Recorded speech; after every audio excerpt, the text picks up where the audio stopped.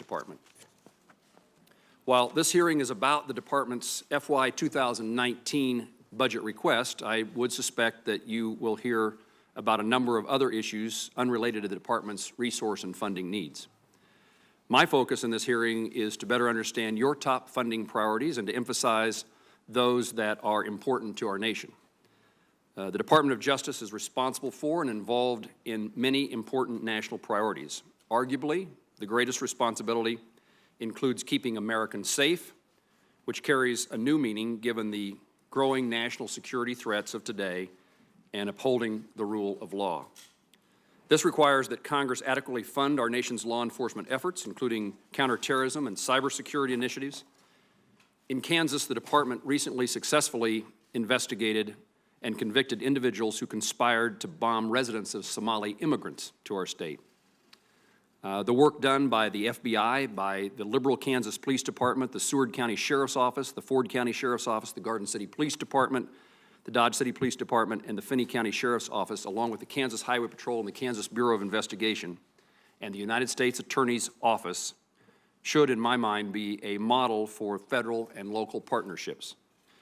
I trust the Department will seek to replicate the successes of these entities with the funds in this request. The President's FY 2019 budget proposal of $28.4 billion for the Department of Justice. I note that, however, I note that the many agencies and departments, this budget request was created and produced before the recently enacted fiscal year 2018 bill, which was finalized and has recently become law. For example, both Fix NICS Act and the Stop School Violence Act authorized important safety initiatives, but were signed into law in the 2018 omnibus after your FY19 budget submission. As a co-sponsor of both pieces of legislation, I look forward to hearing the Department's plan to implement these two important policies. Furthermore, this administration has made it a priority to combat violent crime, which is reflected as one of the Department's highest priorities. Specifically, the administration seeks $109.2 million to enhance ongoing efforts to reduce violent crime and to combat transnational criminal organizations in the FY19 budget request. For example, the Department requested increased funding to expand the Project Safe Neighborhood initiative. Project Safe Neighborhood's main focus is the eradication of illegal firearms and violent gang activity. The program is designed to improve police and community relations, which is strongly supported by many from law enforcement officials in my state of Kansas. The subcommittee looks forward to hearing more details about this program.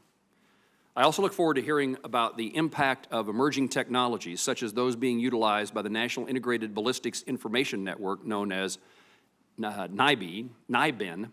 NIBIN allows law enforcement officials to share ballistic intelligence across the United States, making law enforcement resources more efficient and effective. The Department and administration have also prioritized solving the problem of illegal immigration. The FY19 request seeks $65.9 million in immigration-related programs, program enhancements to support border security and enforcement efforts. For example, the 2019 request outlines that this funding would hire 150 attorneys for the Executive Office for Immigration Review, which oversees the nation's immigration courts and the Board of Immigration Appeals, and provide $25 million for technology improvements to transform current paper operating system to an electronic filing system. The Department is also involved in helping to combat ongoing opioid epidemic. According to the Center for Disease Control and Prevention, opioid overdoses in the U.S. have surpassed motor vehicle accidents as the #1 cause of accidental death in the country. The crisis needs to be aggressively addressed, and I look forward to working with the Department to ensure adequate resources are provided to do just that. Lastly, Mr. Attorney General, I want to thank you for your attention and acknowledgement of a letter that Senator Shaheen and I sent to you exactly 1 week ago regarding the Executive Office of Immigration Review, Legal Orientation, and Immigration Help Desk programs. We also spoke on the phone earlier this week, and I'd appreciate it if you would address this matter in more detail in this hearing. I know that you would agree that ensuring that congressional direction is followed is extremely important. Again, I thank you for your service as our Attorney General and the important testimony that we will hear from you today as our subcommittee begins its work on the FY 2019 budget for the Department of Justice. I now recognize the Senator from New Hampshire, Senator Shaheen, the ranking member. Well, thank you very much, Mr. Chairman. This is our first hearing together, so I look forward to working with you on this subcommittee.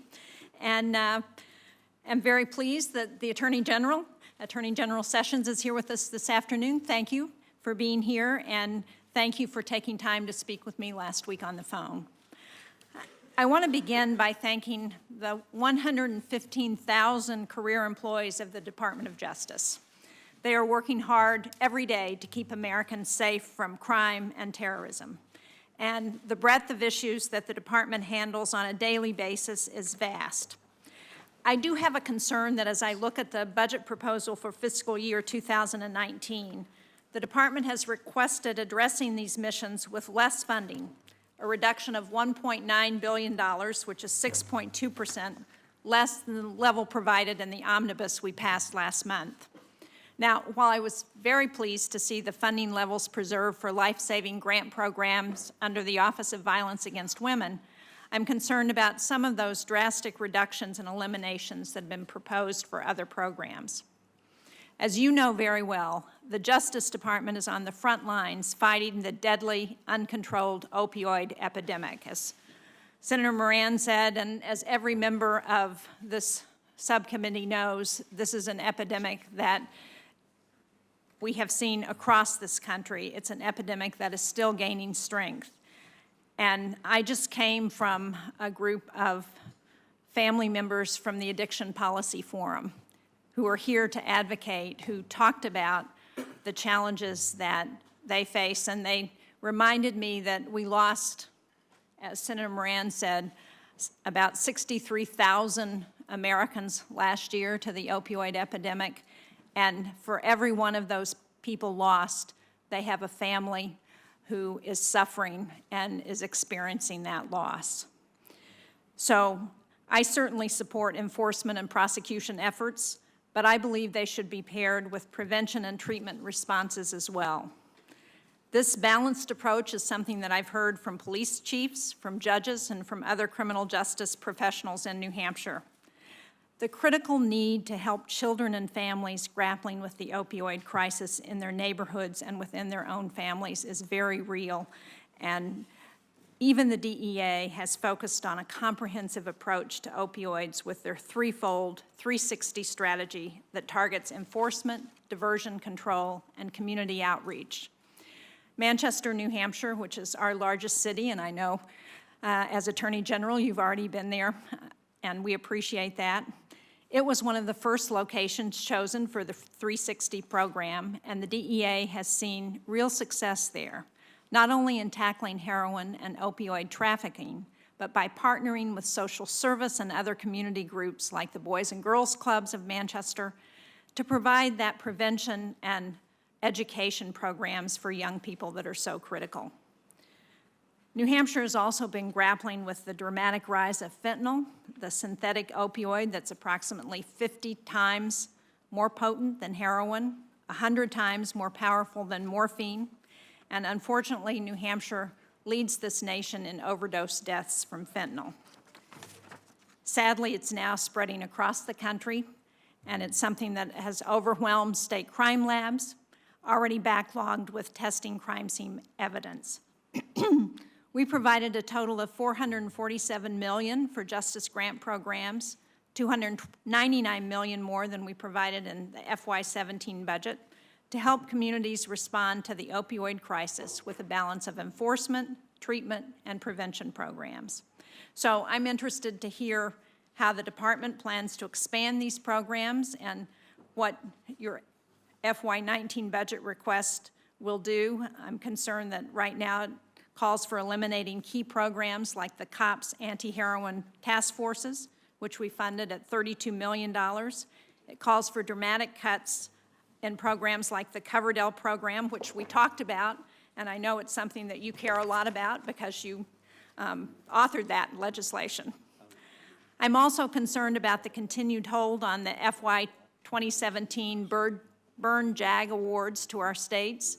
This program is the backbone for helping states and local law enforcement with crime prevention efforts across the country. And I know that my police chiefs in New Hampshire are very frustrated waiting to receive funding that they had expected months ago. According to the police chief in Manchester, Nick Willard, a city that responded to 800 overdose calls last year, he now has fewer police officers on the street conducting drug operations without their burn JAG funding. I know you would agree that getting these grant awards to law enforcement for programs like this is critically important. Now, when we spoke last week, you indicated that once a decision was reached in the pending Seventh Circuit Court of Appeals case, that the Justice Department would release burn JAG funding for 2017. The court did issue its decision on April 19th. So I'm interested to know when these awards will be released, and I'm concerned when I see that the Justice Department has filed yet another motion on Monday evening that will further delay these awards. So, Mr. Attorney General, thank you again for being here. I look forward to your testimony and to our discussion today. Senator Shaheen, thank you very much. In the newness of the moment of actually having the gavel in my hand, I failed to acknowledge my desire to work very closely with you and to make certain that this subcommittee does its work in a timely in a bipartisan way. I would tell you that the previous subcommittees that I've chaired, both of those bills have passed through the full committee with unanimous vote, and I look forward to seeing if we can accomplish that in this arena as well. I also would say that I have a high priority of making certain that all 12 appropriation bills that our full Appropriations Committee will address march their way across the Senate floor, approved by the House and signed by the President. I want the appropriations process to work, and I pledge to you to do everything I can to accomplish that goal.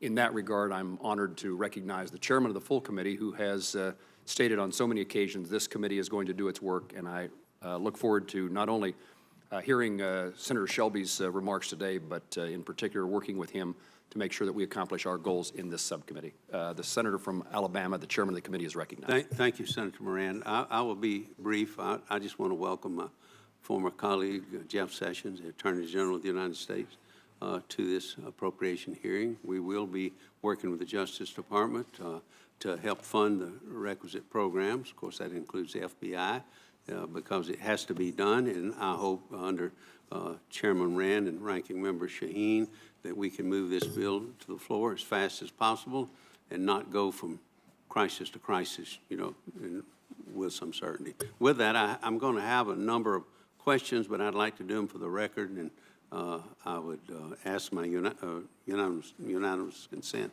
that my opening statement be made part of the record, Mr. Chairman. Without objection, so ordered. I now have the honor of recognizing the ranking member of the full committee, the senator from Vermont, Senator Leahy. Thank you, Mr. Chairman, and I'm glad to hear what you said about regular order. Senator Shelby and I have been working closely on that. We had a long meeting, the two of us, with the Republican and Democratic leaders last night, and plotting out ways to get most of the bills done within the fiscal year. Attorney General Sessions, welcome. Finally, we have you in the Appropriations Committee. Sorry, it's only the first appearance here in 16 months because we have to make appropriations. And then we have to ask, after we make appropriations, how the funds are expended. And in my years on this committee, and I think this can be said by members of both sides of the aisle, we consider the oversight operations of this committee very important. And the operations of your department, there is an urgent need for oversight. Now, let me begin with one thing. While you and I may disagree on many policies, I've known you long enough to know that there's one area where you and I are in total agreement, and that is that we care deeply about the integrity of the Justice Department. You and I have felt that way whether we've had a Republican or a Democratic president. We have both stated so many times in the Judiciary Committee our concern about the integrity of the Justice Department. And I worry that the walls intended to protect the independence and credibility are at the risk of crumbling.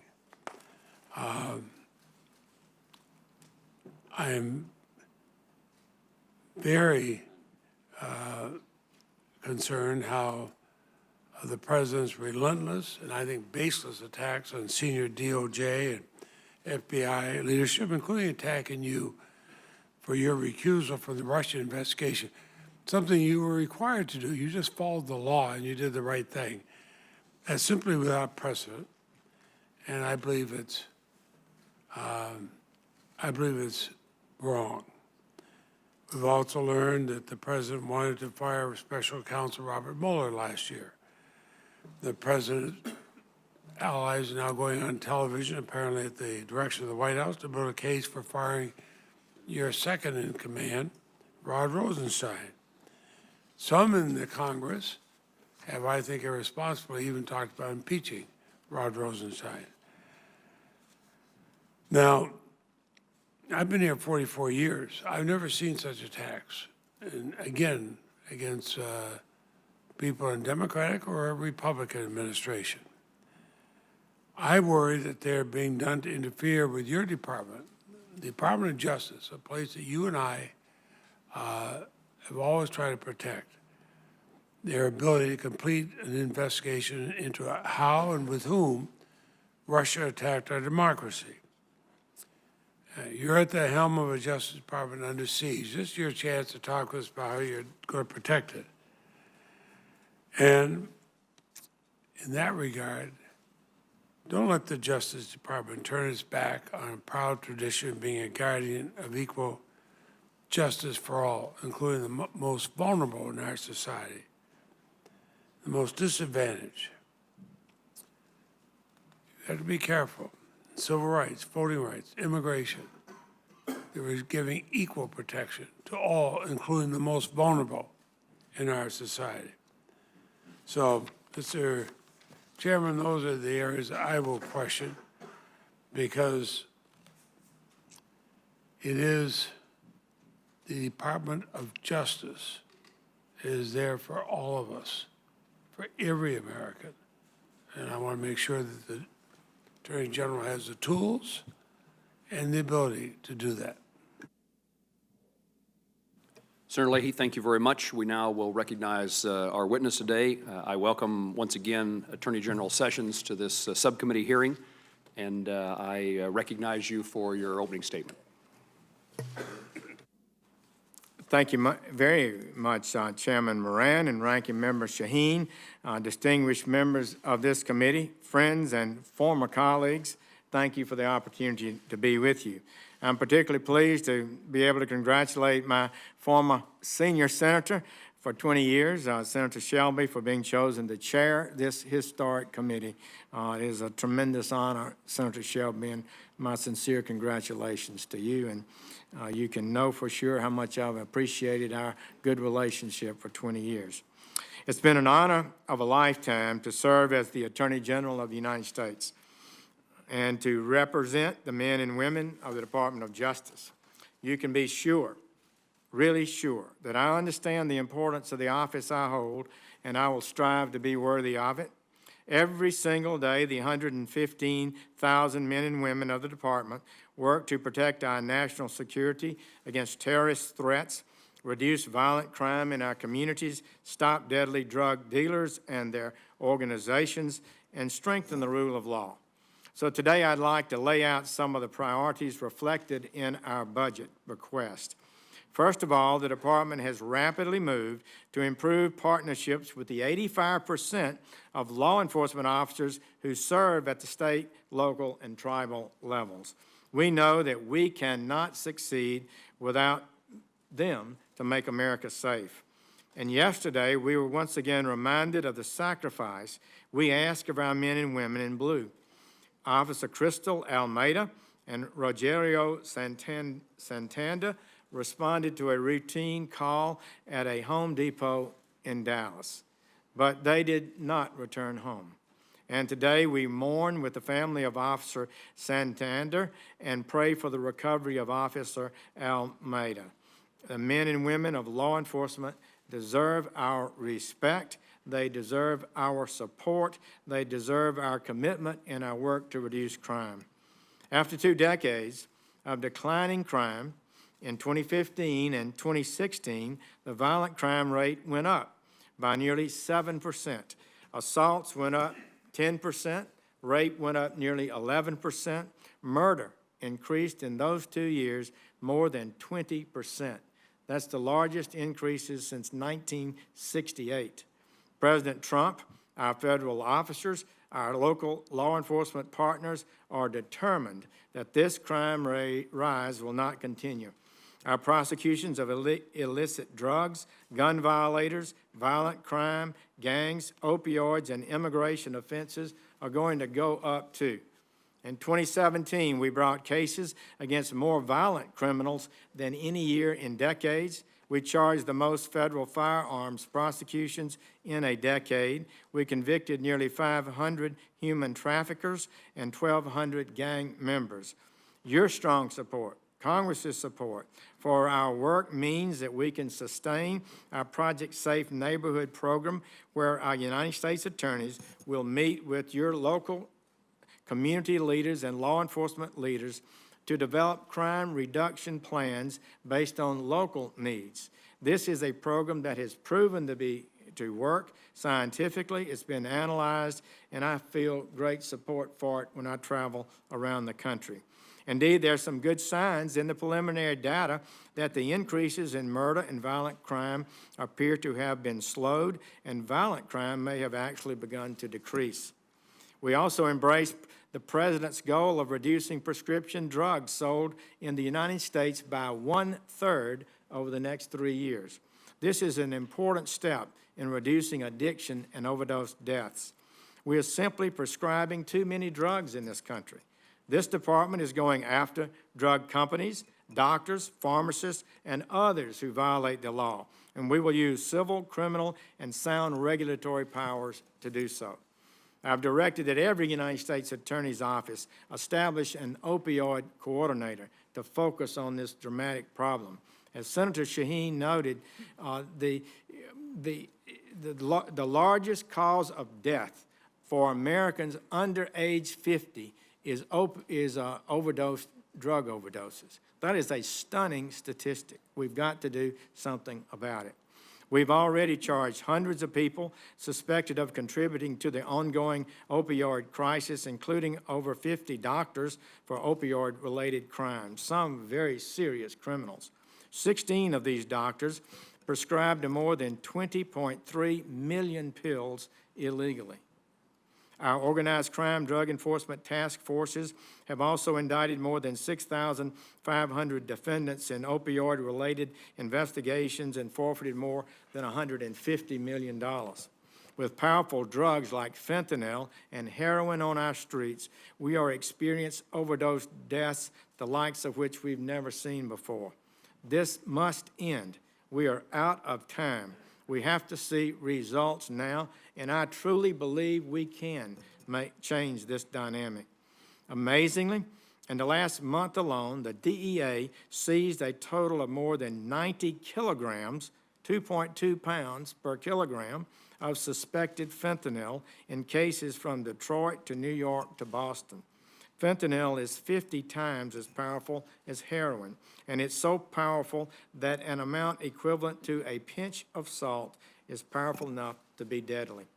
So we must acknowledge that the vast majority of fentanyl, methamphetamine, heroin, and cocaine first come across our southern border. It almost all is coming across the southern border. And we are working with our Department of Homeland Security partners to reduce and ultimately end illegal immigration, which will also help us to take on transnational criminal organizations and reduce the drugs pouring across the border. We're streamlining and increasing prosecutions and targeting criminal aliens. Congress has provided us, thankfully, enough funding for 100 new immigration judges in the recent omnibus, which will help us keep up with the caseload. Mr. Chairman, I'd like to address one matter that I know is important to the committee, the Legal Orientation Program. You and Senator Shaheen both raised it with me.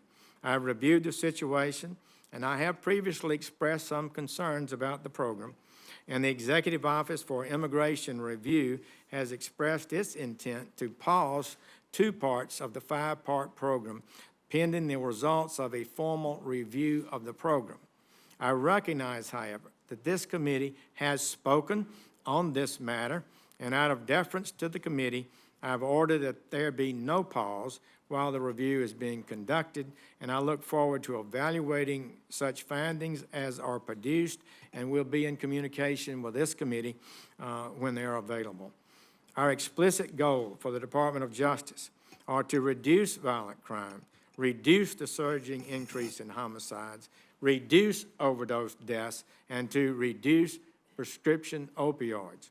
I believe these priorities are the priorities of the American people, and I believe your priorities. So finally, let me say, with all the strength that I can muster, no nation has a finer group of law officers than those who comprise the FBI, the DEA, the ATF, and the United States Marshal Service.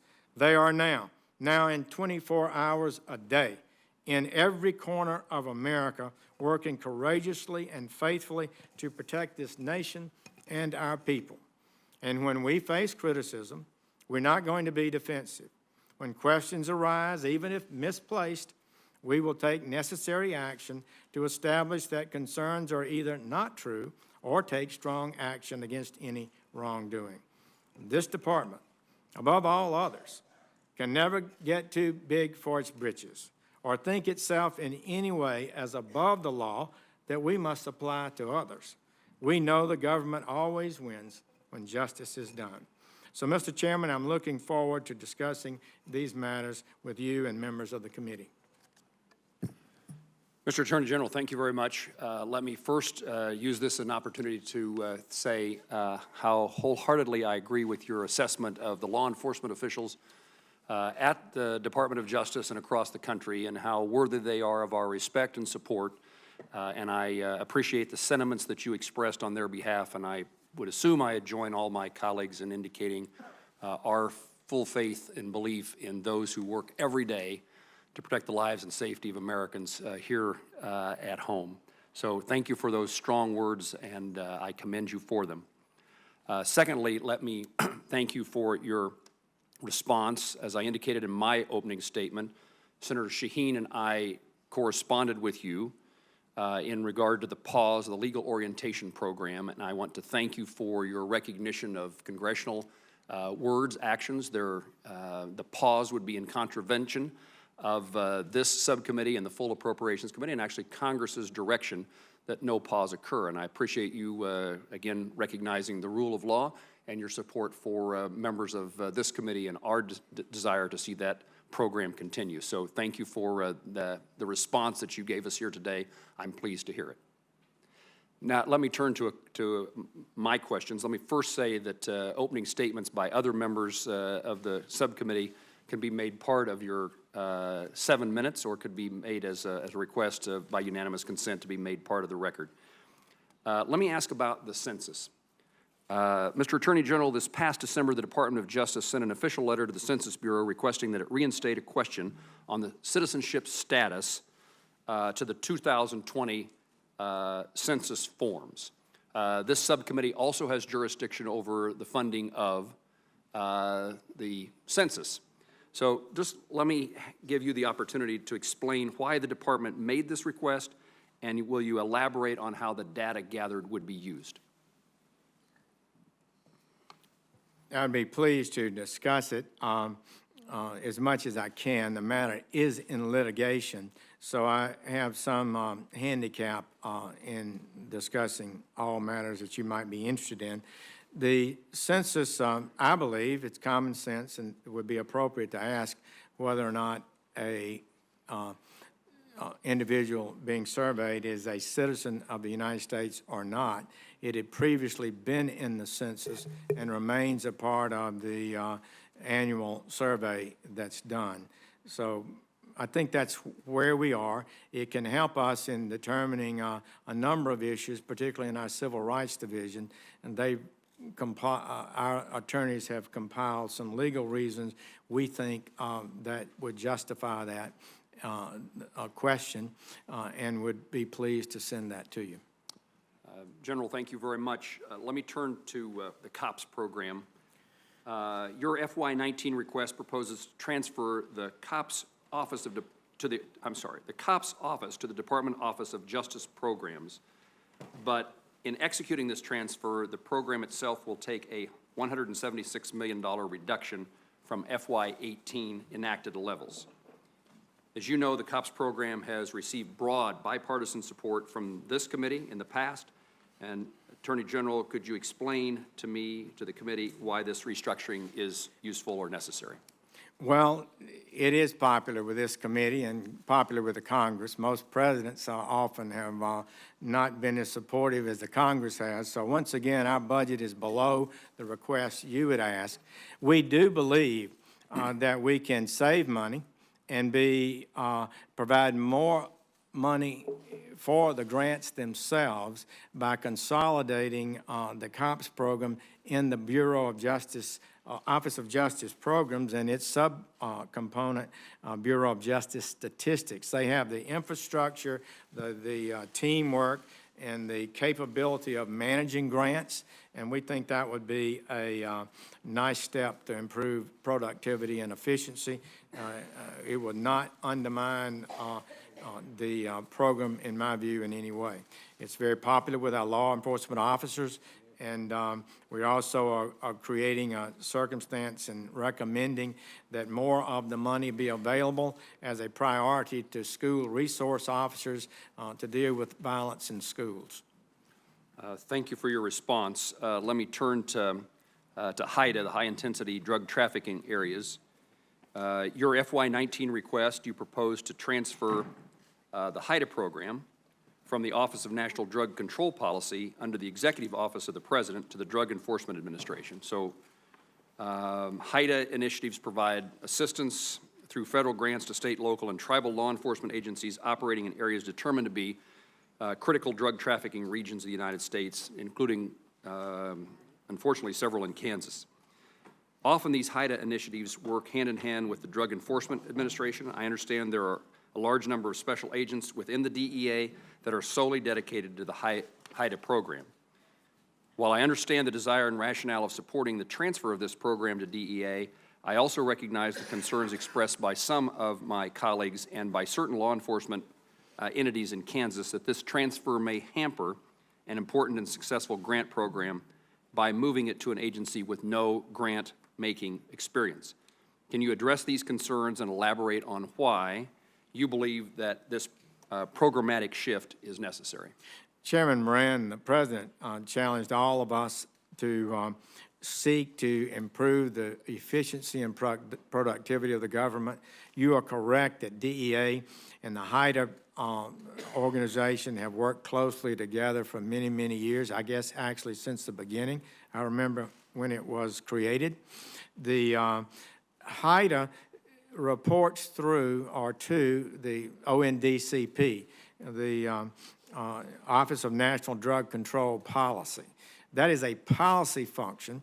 Bill Bennett was the first, I believe, director, and it was supposed to coordinate the various federal agencies that deal with drugs and to make sure that budgets were properly constructed of all, whether the State Department, Defense Department, or Health and Human Services, wherever money is being spent on drugs. So I think it is a better organizational structure that function of ONDCP remain as its priority, and the actual investigating and prosecuting cases be done through the DEA. But the HIDA teams, the HIDA people, the community leaders that form the councils that lead the HIDAs will remain in effect. The only difference would be that the grant money would come out of, be managed from DEA, and that would, we hope, engender an even closer relationship. General, thank you. Now my opportunity to recognize the ranking member of the subcommittee for her questioning.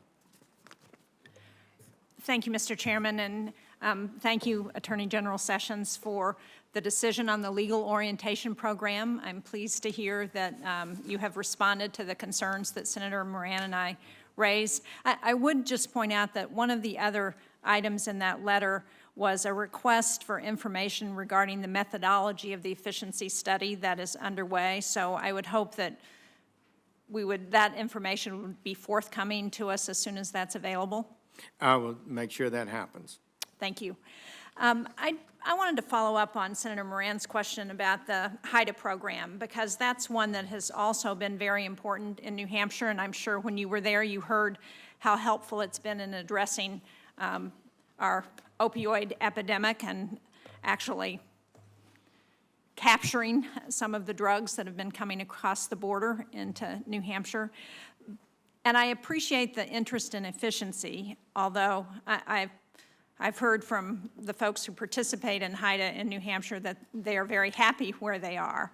But my question is, as Senator Moran pointed out, and as you acknowledge, the DEA is not a grant-making agency. So what is their plan for managing funding with this proposed move? Well, we at the Department of Justice have tremendous experience in grant programs and managing. We will be very supportive of DEA, which is our subordinate agency, in helping them to establish that kind of activity. But again, I would say the actual funding, of course, will be Congress's decision. The leadership and the Hyda community organizations would remain the same, but their grant money would be managed from DEA, which I do believe would help make that a tighter and better relationship. They'd still have their own independence and their own leadership teams, but I think it could enhance that,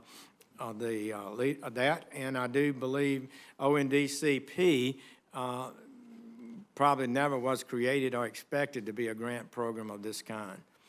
And so is there any assessment of what the cost of setting up that grant-making mechanism would be within I believe there is some expense in the initial setup, but I believe we can be able to do the grant program. It's certainly no more expense than currently exists, and maybe better with our deep experience in grant making in the Department of Justice.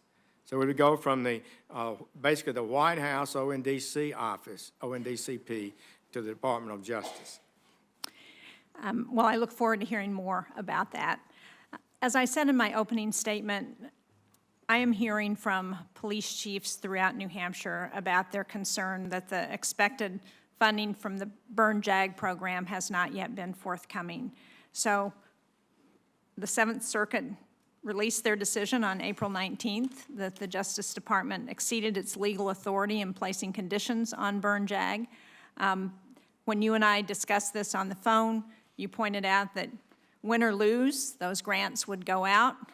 So I just wondered what I should tell the police chiefs in New Hampshire about when they might expect funding. Senator Shaheen, we intend to get that money out sooner is better than later. But the litigation is an important piece of litigation, and we placed only the most minor requirements on the grant program. We ask our state and local partners, if you want to get the Burn Law Enforcement Grant, we ask them to do two things. One was to give us notice 48 hours before an illegal alien who you've arrested for some crime is released, and to allow us to pick that individual up at the detention facility, rather than releasing them on the streets and having our ICE officers and others have to try to find a criminal that needs to be arrested, and that's a very dangerous thing, places law officers at risk. That's what the Homeland Security officials pleaded with us to ask for, so we pared it down to a minimal thing we ask of them. We didn't ask the police to interview people. We didn't ask them to arrest people for us or anything like that, only to give us notice before release and to allow us to pick the individual up far more safely at the detention facility. Well, this is a longstanding congressionally mandated formula grant program. So why does DOJ think it can place conditions on this program that's been operating for so many years based on the mandate that Congress has given it? And could you also address whether you plan to hold on funding for fiscal year 18 in the same way that you've been holding it for 17? Well, to the first part of your question, this is a statute Congress passed, 34 U.S.C. 10102A6.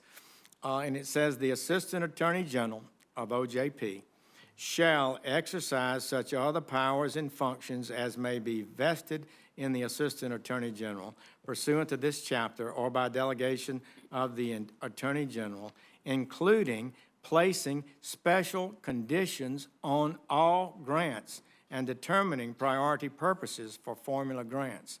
So we felt, when we went to court, that these minor conditions for receiving a federal grant were very reasonable, and we're deeply disappointed that the court has not, at least to this moment, seen itself able to agree.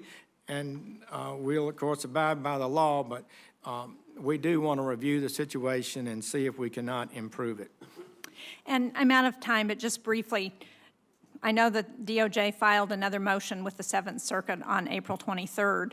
So do you expect to continue to go all the way up to the Supreme Court with your motions if you're denied again in the Seventh Circuit? I'll have to talk with our lawyers. They worked hard on this case, and we've not seen.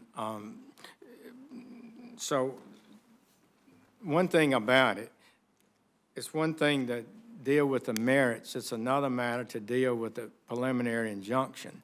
So we have an injunction that I think went beyond the law in the sense that the case was first raised in Chicago. It has its own unique set of laws and policies, but the judge issued an order that bound the entire United States. Many of those are perfectly happy to comply with these requirements of the Department of Justice. So it's a frustrating matter.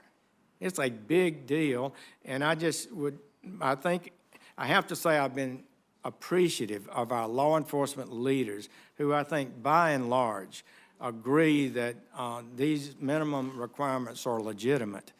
So they've been patient with us, but I am worried about it. We're working hard to bring it to a conclusion. Well, thank you. I appreciate that. For states like New Hampshire, where we have no sanctuary cities, it puts us at a special disadvantage. Senator, thank you. I now recognize the Vice Chairman of the full committee, Senator Leahy.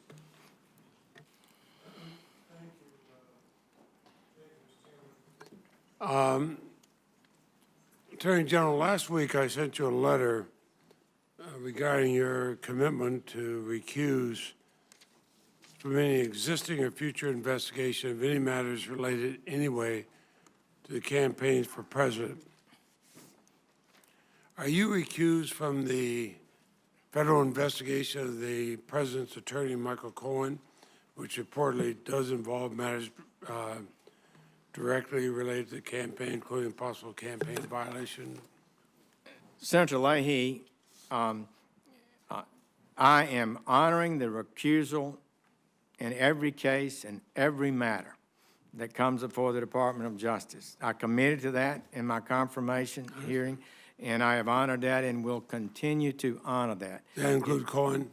It is the policy of the Department of Justice that those who've recused themselves not state the details of it or confirm the existence of a investigation or the scope or nature of that investigation. I understand. And so I feel like following the rules of the department, which I'm trying to teach all of our people to do, that I should not answer that question. It would be inappropriate for me to do so. I know the question was not a surprise to you, and nor is your answer a surprise to me, but recusal is not discretionary. It's required by Justice Department regulations when you have a political relationship with the president, which you've already acknowledged, and the president has a specific and substantial interest in the investigation. Now, the federal judge granted the president's request to formally intervene in this matter, which is here in Judge Kimball Wood's order. And I'll be glad to give you a copy of this if you like. But Judge Wood allows the president to intervene. So he is a member, or he is part of that investigation. And that would suggest he has a specific and substantial interest. So wouldn't, by Justice Department regulations, doesn't that require you to be recused? Senator Leahy, I am required to be recused from any matter involving the substance of the cases, matters you raised in your opening statement. Absolutely, and I will comply with that.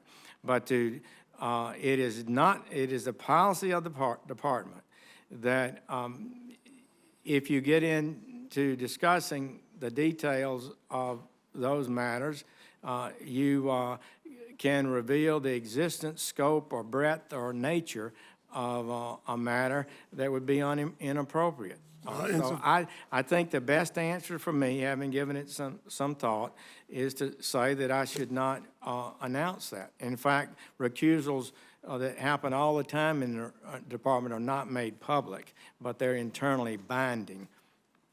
Have you sought any advice to career ethics officials about whether you should or should not recuse yourself in the Corn matter?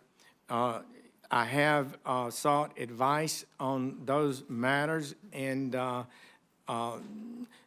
have not met with the top ethics person on it, but I can assure you I've not violated my recusal. And you do agree that the Justice Department regulations require recusal when you have a political relationship with somebody who has a specific and substantial interest in the investigation. That is basically the regulation, is it not? That is the regulation, I believe, 600.1, but that's a regulation that I felt required me to recuse myself. It was reported last weekend that you told the White House counsel you would consider resigning as Attorney General if the President fired Deputy Attorney General Rosenstein. I'm not going to ask you about that conversation. But if the President were to improperly fire either the Deputy Attorney General, who supervises the Russian investigation, or the Special Counsel, would you resign in opposition? Senator Leahy, that calls for a speculative answer, or question calls for speculation. I just am not able to do that. Even though you were surprised by that question. You don't have to answer that. Your smile answers the question. And lastly, you've been asked about LOP. Whatever study is being done there, that'll be open and transparent, will it not? We will do so. And look, I have some doubts about that program. The committee believes in that program. We'll talk about it and before any action occurs. Yeah, because we have appropriated the money and we have directed the program to go forward. So I would hope that you do not take any action on it without being in touch with the committees, both the senior Republicans, senior Democrats of the committees that have instructed it. Thank you, Mr. Chairman. Mr. Vice Chairman, thank you very much. Senator from Maine, Senator Collins. Thank you, Mr. Chairman, and let me first congratulate you. And I very much look forward to working with you and the ranking member. Mr. Attorney General, before I turn to my questions, I want to thank you for your leadership on an issue that matters greatly to me, and that is fraud and scams that are directed against our senior citizens. You've really taken a leadership role on this. I know the department announced in February that more than 250 defendants had been charged with scamming more than 1 million Americans for a total amount in excess of $500 million. It's an issue we've been trying to get the Justice Department to pay attention to for years, and I very much appreciate your leadership. I'd now like to turn to my questions, which may not be quite as pleasing to your ears as my thank you. The administration has now lost its third DACA case in federal court. That program and the fate of the group of young people for whom there is a pretty widespread consensus that we should try to help continues to be clouded by uncertainty. Given the repeated failures in court and the fact that the president has repeatedly indicated that border security remains a high priority for him, wouldn't it make sense for the administration to revisit the bipartisan DACA compromise that was proposed earlier this year that received 54 votes on the Senate floor, which would have funded the president's border security program in its entirety while providing a pathway to citizenship for DACA young people who have good records? Senator Collins, I do believe there is an opportunity for legislation by Congress. I served 20 years on your side of the table. My feeling is that that's possible. I've said that in a number of hearings that I've been in since I've been Attorney General. So I think that's possible. I would say that 2 district courts, one in New York and California, did issue injunctions stopping the simple removal of the memoranda, really is all it was, of the Homeland Security to enact DACA. DACA was basically rejected by Congress. Congress did not pass it. And the president had said repeatedly he could not do it on his own. But once it was not passed in Congress, then the president got his Homeland Security team to enact this matter. I think it was unlawful. It's pretty much the finding of the Fifth Circuit in a related case involving DAPA. And there was a court in Maryland that rejected this kind of injunction. So 3 courts ruled on this DACA. 2 said it was not sustainable, and 1 said it was. So we believe that the right thing is legislation. I would like to see law enforcement. Look, I'll be frank. My view is a plan that will end the illegality, along with some relief for the DACA young people, is possible. It can be done, and the president has laid out a number of options, and it's been unfortunate that it hadn't come together. Well, Mr. Attorney General, many of us on this panel worked very hard to try to get that done and to put DACA in law. And I think that had the Department of Homeland Security not issued a very misleading press release the night before the vote, accompanied by a veto threat by the president, we were there. At one point, I could count the 60 votes. But we want to legislate in that area. I agree with you that it should be legislated. And I hope that with the court rulings that there is an extra impetus for the administration to work with us. And it's also an opportunity for the president to get a very high priority of his in strengthening the border, which we also need to do. Yeah. So I thank you. Senators, just let me say, I think this is doable, but it cannot be done if we haven't fixed the illegal immigration flow. And my concern about the bill that you referred to was it did not sufficiently close the loopholes and fix some of the problems that we have.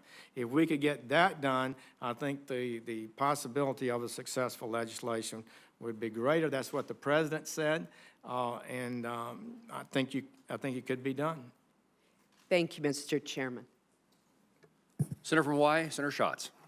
Thank you, Mr. Chairman. Congratulations, Mr. Chairman. I'm looking forward to working with you. I will miss you on the Milcon VA subcommittee, but I understand and forgive you. Mr. Attorney General, thank you for being here. I want to follow up on a question that Chairman Moran asked about the citizenship question on the census. Communities of color, advocacy organizations around the census are frankly worried that the presence of that question is going to discourage participation in immigrant communities. And I understand that it's on the long form, and I understand that it's not without precedent that we're doing that. But I have two questions for you. First, how do you respond to those communities of color who are worried that this will simply scare people to not respond to the census at all, number one? And number two is, you indicated that the Civil Rights Division wants the data, and I'm wondering why. I'll be glad to send you the letter that we've produced regarding this issue, detailing the advantages of it, having the information. I do note that it is being asked on the other survey, and I would suggest that I've learned it's the 12th question on the form, the last question, I believe. It shouldn't scare people. They don't have to answer it, really. And so I would think that that's a very reasonable thing, and I believe the concerns of it are overblown.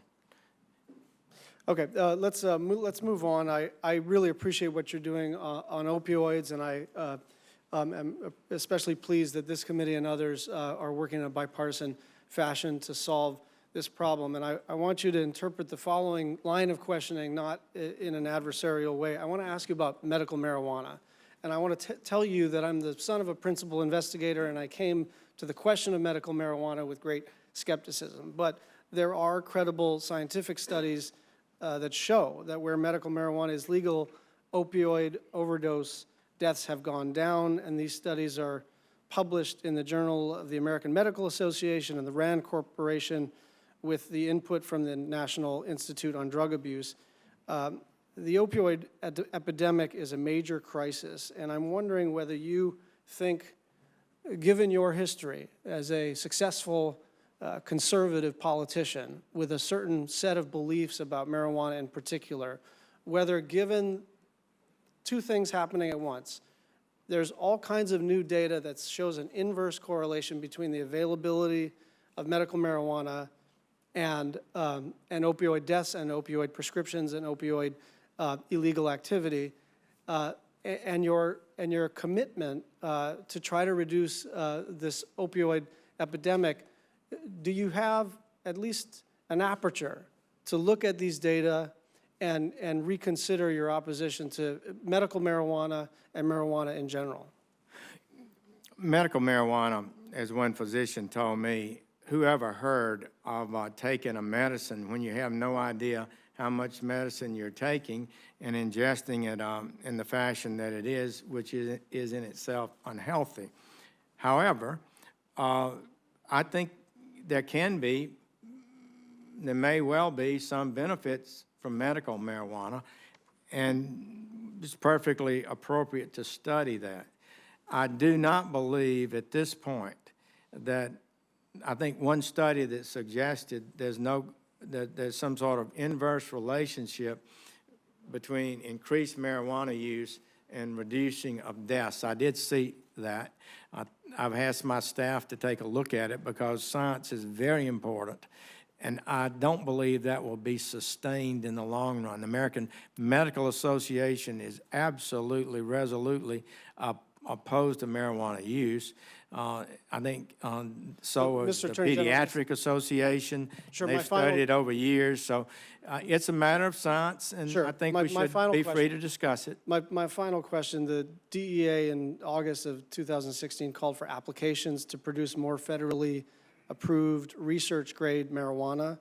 Since then, the Department of Justice has received 25 applications, but none of them have been responded to either with an approval or denial. What is the status of those applications? We are moving forward, and we will add fairly soon, I believe, the paperwork and reviews will be completed, and then we will add additional suppliers of marijuana under the controlled circumstances. But there is, a lot of people didn't know, I didn't know, a treaty, international treaty of which we're a member that requires certain controls in that process, and the previous proposal violated that treaty. We've now gotten language, I believe, complies with the treaty and will allow this process to go forward. If the chair will indulge me, one final comment. We're all evolving on this issue, some quicker than others, maybe some too quick, and I really believe that we have to do this in the proper way. I think there are good civil rights reasons for decriminalizing and for pursuing a federalist approach around this, but if we're narrowly addressing the question of whether or not this is medicine, then we do need the Department of Justice, the FDA, and everybody to work together to pursue that question, double-blind studies and all. And I also think that we need to understand we are in a humanitarian crisis when it comes to the opioid epidemic, which means that we may have to cast aside some of the things that we've believed all of our lives as it relates to other drugs and look at harm reduction. I appreciate you keeping an open mind along those lines. Thank you, Senator Schatz. Senator, thank you. Senator from Oklahoma, Senator Langford. Thank you, Mr. Chairman. Let me add to that conversation a little bit before I jump into a line of questions. I am one of those skeptical individuals that so far has not evolved on this issue of marijuana. I have a hard time believing that if only more of our parents smoke more marijuana, our kids would be so much better and our families would be so much better, and employment would be so much better if more of our employees smoke more marijuana. I just have a hard time believing that. And as far as medicinal issues, this is an area that NIH has done active work on. And NIH currently has several $1 billion that the Appropriations Committee has allocated to them to be able to study pain medications that are non-addictive to try to address that. And that was entirely appropriate to do. We have an opioid epidemic. I'd rather not swap an opioid epidemic with addiction to marijuana and just say we solved the problem. We didn't solve the problem long term. And so I'd love to be able to continue to maintain this. There are ways to be able to manage all kinds of different things to be able to manage pain. But my preference would be that our nation doesn't become more and more addicted to marijuana to be able to solve our opioid addiction. With that, let me mention a couple of things. Budget related, you have made some recommendations on combining some entities and moving some things around, specifically with ATF. And I'd like to get a chance to talk to you a little bit more about that. What proposals are you making with ATF in particular to be able to work on some efficiencies? Well, the alcohol, tobacco, and firearms originally came out of the Department of Treasury. And because revenuers collected revenue, the old moonshining, chasing ATF guys collected because you weren't paying taxes on your moonshine.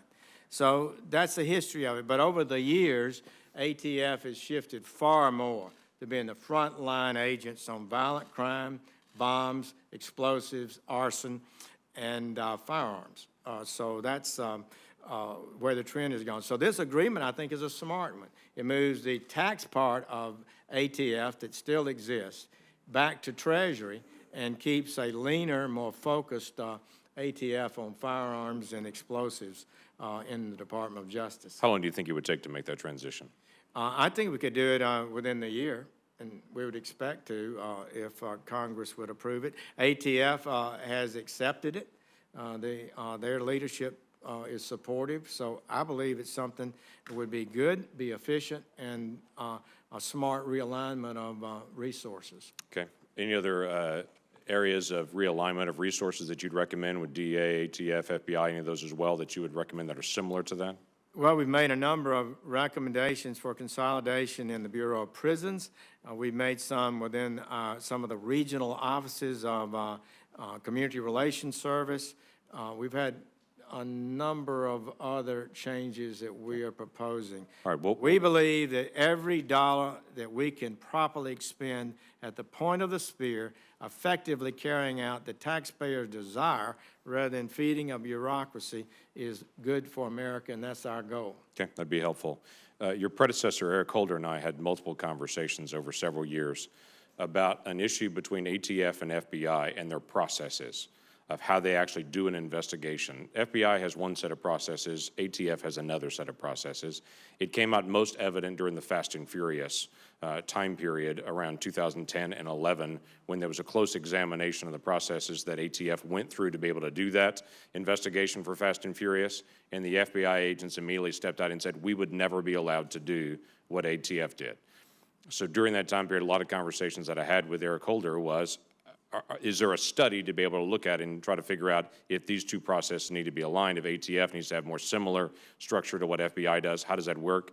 Eric Holder over and over again told me year after year, we're going to take a look at it, we're going to take a look at it, but I don't think ever did. I never got a report back to try to finalize that. Could you help us take a look at that? Again, this is not trying to hurt ATF, but trying to figure out if we've got good established processes, why do we have two different sets of processes and two different entities there? I would be glad to discuss Great. that with you and see if, what kind of problems exist. I don't think there are any processes that should have justified Fast and Furious where assault weapons are allowed to walk, as Right. we call it, across the border to.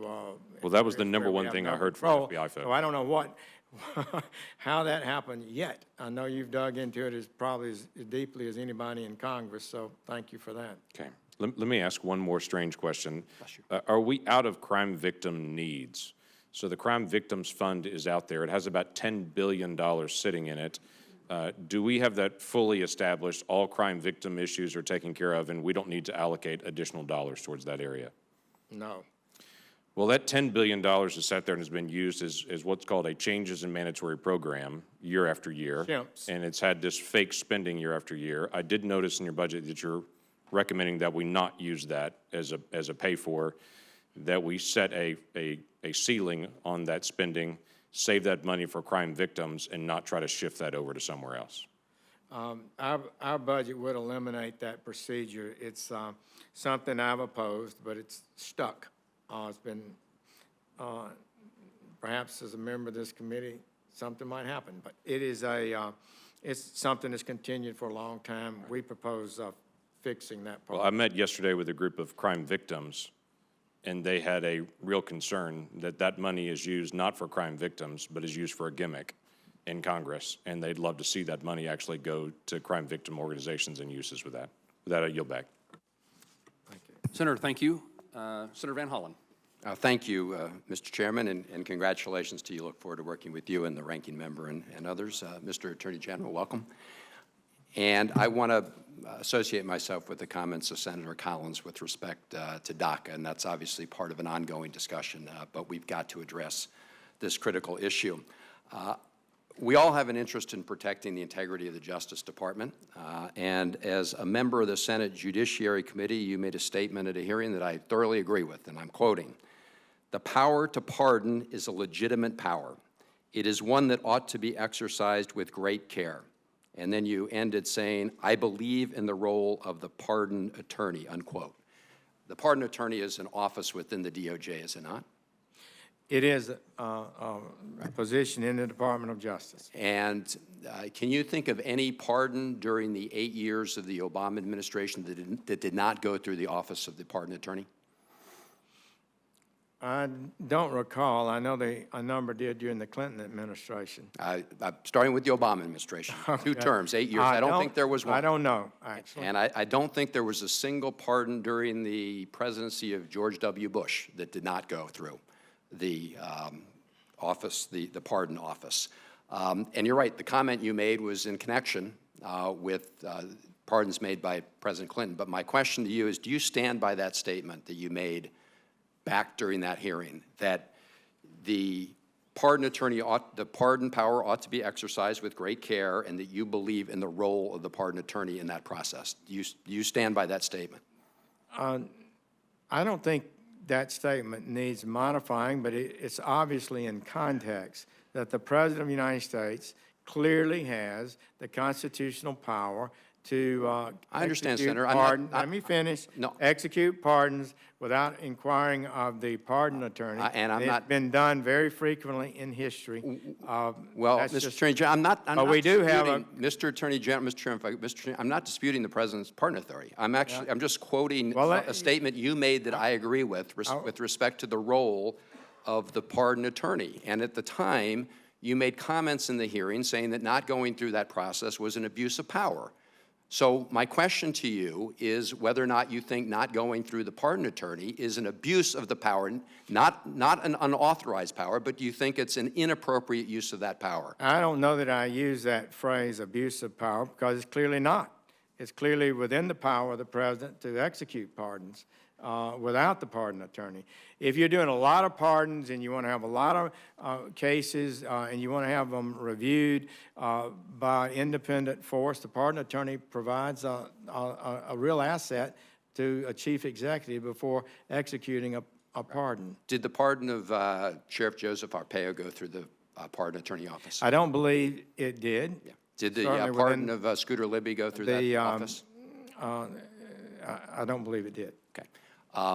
But do you agree with what you said earlier, that that is the appropriate course of action for a pardon? I'm not asking you what the president's authority is. I'm asking you what you think the appropriate course of action is to make sure that the public has confidence in the integrity of the process. There are opportunities that the pardon attorney can be utilized very effectively, and it has been over time.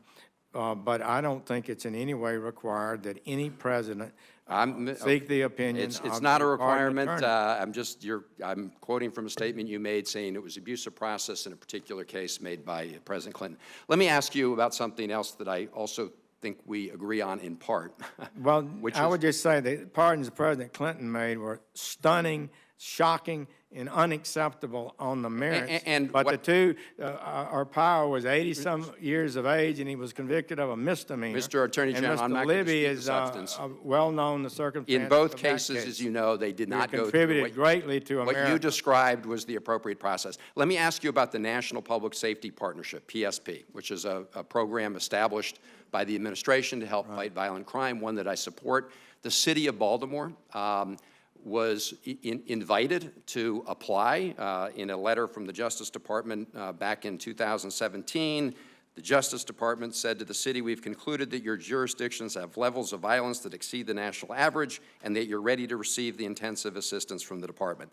Then they got these 3 criteria that were listed by the department with respect to what you refer to as sanctuary cities. And the city's application was denied. Here's what I want to say at this point in time. Baltimore City does not have jurisdiction over the detention centers in Baltimore City. That's a state of Maryland decision. So we may have differences on the criteria you set out with, and as Senator Shaheen said, the 7th Circuit has reviewed this, and I think those decisions are going to apply also to your criteria in the National Public Safety Partnership program. But setting that aside, I hope you'll work with me on this Baltimore City. We have a violent crime problem, and the city of Baltimore does not have the laws or state laws regarding DHS as the access to the Department of Homeland Security to their jail. So I just ask for your commitment to see if we can look for a way to see if they can qualify for the funds. I would be glad to do that. We have had some, I think more than one, at least one circumstance in which the jail was run by somebody else other than the jurisdiction that appeared to be. So that created a problem and actually led to the approval of the grant. So I'll be glad to look at that. Thank you. Senator, thank you. Senator Murkowski. Thank you, Mr. Chairman. And to both you and the ranking member, know that I look forward to working with you as you execute this, this appropriations bill through your committee, and we'll move it on to the floor. Look forward to that commitment. Mr. Attorney General, it's good to see you again. Thank you for the conversation last week. I wanted to raise again with you the subject of marijuana. Alaska is one of those states that has moved forward not only with the medical marijuana, but also the sale and cultivation of recreational use, a very aggressive state regulation. This was not something that I had supported through that statewide initiative. In fact, I worked against it, but it was passed resoundingly through the state, and my constituents expect me to work to represent them. Mr. Chairman, I'd like unanimous consent to enter into the record a resolution that was recently passed by the Alaska Legislature. Without objection. This is HJ Res 21. It was passed unanimously out of both houses, and it urges the federal government to respect the authority of the state of Alaska to regulate marijuana use, production, and distribution, and generally respect states' rights. Mr. Attorney General, we have talked about this in the aftermath of your decision to withdraw the Cole Memorandum. I had been disappointed with that and expressed that I was concerned that the Department of Justice was less than a full partner with the states. I do understand that the White House has expressed support for legislation that will respect state supremacy when it comes to regulation in the spirit of federalism. I think that the comments that were made by my colleague from Hawaii in terms of members evolving on this is important, but I do think as we're seeing the states move forward, legislation like this is timely. The states are telling us, though, that they need the Department of Justice to be a partner in the orderly administration of states' regulatory regimes and not standing in the way as an obstacle. So I understand your position on this. Again, we've had many conversations, but I would hope that we could have your assurance that within the Department of Justice, that the department will not be an obstacle to the consideration of this sort of legislation that may move forward. Well, I can't make a commitment about what position we would take at this time until we know exactly what's involved, but it's not so much on a question of supremacy as a question of simple law. Alaska can pass laws about drugs that make certain drugs illegal that Washington does not make illegal, and therefore can't be prosecuted in federal court, but could be in Alaska. Likewise, the federal government has passed some laws regarding marijuana that I'm not able to remove from the books. Congress, you have passed them. They're on the books. And I just feel like that our priorities, look, I'll be frank, our priorities are fentanyl, heroin, methamphetamine, cocaine. People are dying by massive amounts as a result of those drugs. We have very few, almost zero, virtually zero small marijuana cases. But if they're a big dealer and illegally acting and violating federal law, our federal agents may work that case. I don't feel like I'm able to give a pass, some protection, some sanctuary for it. That's maybe the only difference we have at this point on how it will play out. I do understand that. Again, I recognize that if there is a venue or an opportunity for us to advance legislation on this, that there is that open door for conversation about truly the inherent conflicts that we're seeing coming out of the states and working with on the federal level. Let me ask you about another issue that I raised with you earlier, and this is regarding support for tribal justice programs. In the FY18 budget, we were able to include a funding stream for Victims of Crime Act funds for tribes. It's a set-aside, it's a 5% set-aside, it's about $130 million to help for victims on tribal lands. We had completed a study in Alaska. Well, actually, it was a broader study. It was a 2016 study from the National Institute of Justice. More than 4 out of 5 Alaska Native and American Indian women report having experienced violence in their lifetime.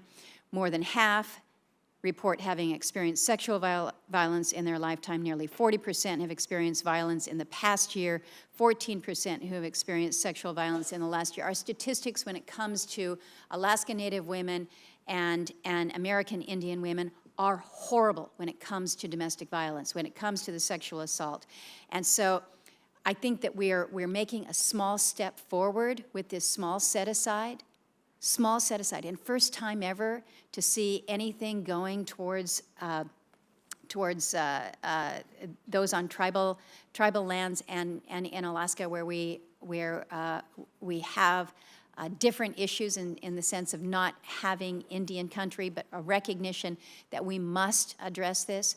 So 5%, I would like to see that increased. I would hope that we'd be able to work with the Department of Justice to address this issue, because we have not made a difference in reducing these horrible statistics. Senator Murkowski, thank you actually for raising that. I heard that before I was confirmed. You and I talked about it. I've traveled the country meeting with U.S. attorneys. I hear it a lot in their districts. I just came back from Albuquerque, and we talked about the Navajo tribal lands and the problems that they have. This budget, the president's budget, actually is frugal compared to, it's a frugal budget, but it has more for tribal issues than the even your 2018 budget. And it does it the way you suggested, through set-asides. A 7% set-aside is recommended for the Office of Justice programs. All those programs, 7% would be set aside for tribal individuals, and 5% of the Crime Victims Fund. I believe the Congress has not yet got to those numbers, but I do agree with you that it is a very difficult situation, and Alaska has a particularly unusual situation without having specific tribal lands that receive specific funds from the government. So I would be glad to continue to work with you on it. Good, and that's why so many of these funds, whether it's the burn grants, the VAWA funding, the DNA backlog, the Victims of Crime Act, the Crimes Against Children, all of these grant fund opportunities are so significant for us. So I did put that on your list. Okay, I would note that just yesterday, I had a meeting with your United States Attorney here in D.C., Brian Schroeder. He's on my 15-member Attorney General's Advisory Committee, and he and U.S. Attorney from Oklahoma, Northern Oklahoma, chaired the subcommittee on Indian Affairs, and we both talked about this specifically. They would like to see us do some things better than we have in the past. They're providing strong leadership, and I know he'd be glad to share his thoughts with you or your staff. Good. They're good guys. Thank you. Thank you, Mr. Chairman. Thank you, Senator. Senator from California, Senator Feinstein. Thank you very much, Mr. Chairman, and welcome back, Attorney General. I'm sure you miss us terribly. I want to follow up on something that Senator Collins said. Senator Collins and Senator Manchin essentially convened a large group of bipartisan senators on the DACA situation to try to see if some proposal could be put together. Virtually everything went down on the floor. And in conversations since, what I've learned is that in negotiations with the president, Senator Schumer tried to consummate a deal where the president essentially got what he wanted with respect to border security if the DACA bill went through. Well, that was clearly not successful. You referred to certain loopholes in your conversation with Senator Collins. I'm wondering if you could be more precise, because we are really very interested and involved in trying to find a solution. Well, thank you. Your support for this would be very important. I think there's a bipartisan opportunity to join together and say once and for all, we believe we should have a lawful system of immigration, and we're going to support things that actually work to help achieve that. I've not so jokingly said for years, Congress will pass anything on immigration as long as it doesn't work. If it works, somehow it never passes. But we've got the Flores consent decree that's been in place for 20 years that's causing monumental problems, particularly in California. We have the situation where you say, as the critics say, magic words, and you're in backlog case systems. People get released on bail. They don't show up for their hearings and all of that. There's a whole host of problems like that that I think most members of Congress of both parties would probably work to fix. Well, is it the number? In the bill that Senator Graham and Senator Durbin were co-sponsors of, I think the total number was 3.3 million. Was that the problem? That is a big number. I don't know Yeah, what that's the a problem. problem was in the bill, because it was discussed and discussed and discussed, and then it all came a cropper in the votes.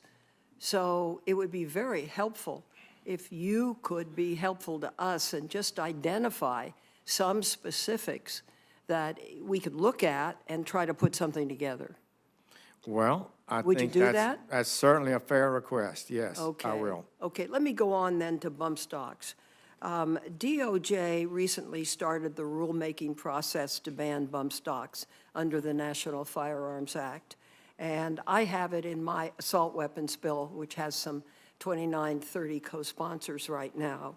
But ATF has said for years it can't ban bump stocks because the National Firearms Act doesn't allow it.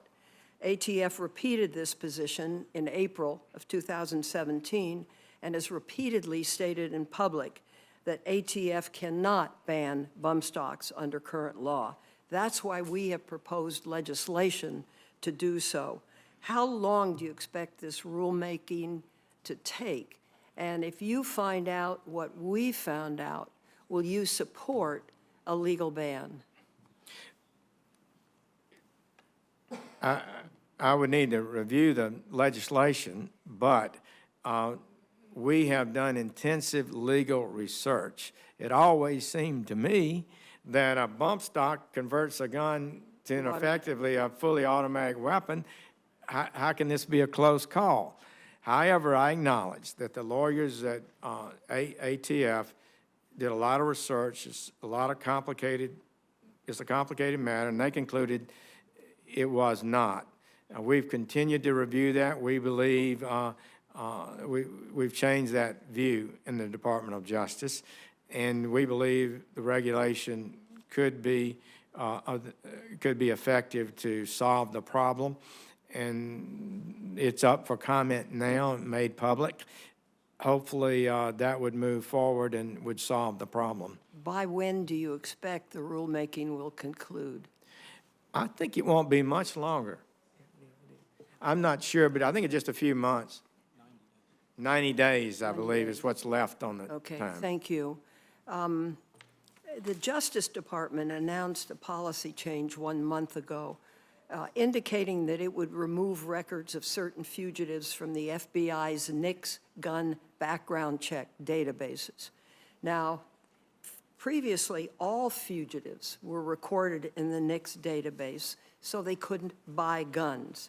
Now, only fugitives who cross state lines are included in the database. I understand that local law enforcement organizations have strongly opposed the change. It's puzzling to me as to why the department would do that, why you would want armed fugitives. Well, the issue I'm most familiar with is the one involving whether or not a warrant for your arrest, and a person is therefore a fugitive if they're running from arrest but haven't been convicted. The statute is pretty clear. You have to be convicted before you can have a gun, your Second Amendment right to possess a firearm. Even in the case that the fugitive had committed a major felony? Apparently, that is the law. In other words, you lose your right if you've been convicted Cross of. state lines. I don't understand what the department sees is the need to do this. Well, I would You're say smiling. I'll review the state me line worried. question. I should know be able to answer that, but I'm not able to. But I do know the warrant problem is a product of statutory language. Okay, I'm over my time. Thank you, Mr. Chairman. Thank you, Senator Feinstein. Senator from Arkansas. Thank you, Mr. Chairman. No, I'm correct. Okay, good. Thank you, Mr. Chairman, and thank you, Attorney General Sessions, for being here. And we do appreciate your hard work and the great job that you're doing. Thank you. I'd like to talk a little bit about the burn jag also, in the sense that in Arkansas, we are doing a good job of helping you in your efforts regarding following the law, being helpful. As I go around the state, though, and I talk to my county sheriffs, I talk to my local law enforcement and individuals regarding, the importance of this. This is not a whole lot of money, but it really is the difference in being able to stand up the drug task forces that they have and not. These are small departments. I'm out and about as much as anybody, as were you, when you were a senator representing your folks. But when you talk to the people that are on the ground, again, not having this funding really is making a big difference in a very negative way. Can you talk about, for those states, for those individuals that are doing a good job, when it's going to get released? Senator Bozeman, it's just maddening to us that people who totally support our ICE officers and allow them to do the minimal things they ask of local law enforcement can't get this money. So what happened was a suit was filed in Chicago that said that they may or may not be in violation of our grant conditions. And they not only wanted to block us from denying Chicago, they denied the judge issued a nationwide injunction. Right. And Chicago's law and circumstances are unique.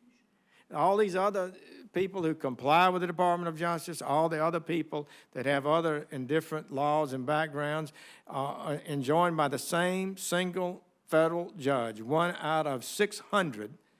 Now, the whole process is stopped. And law enforcement has been impacted, and we are determined to try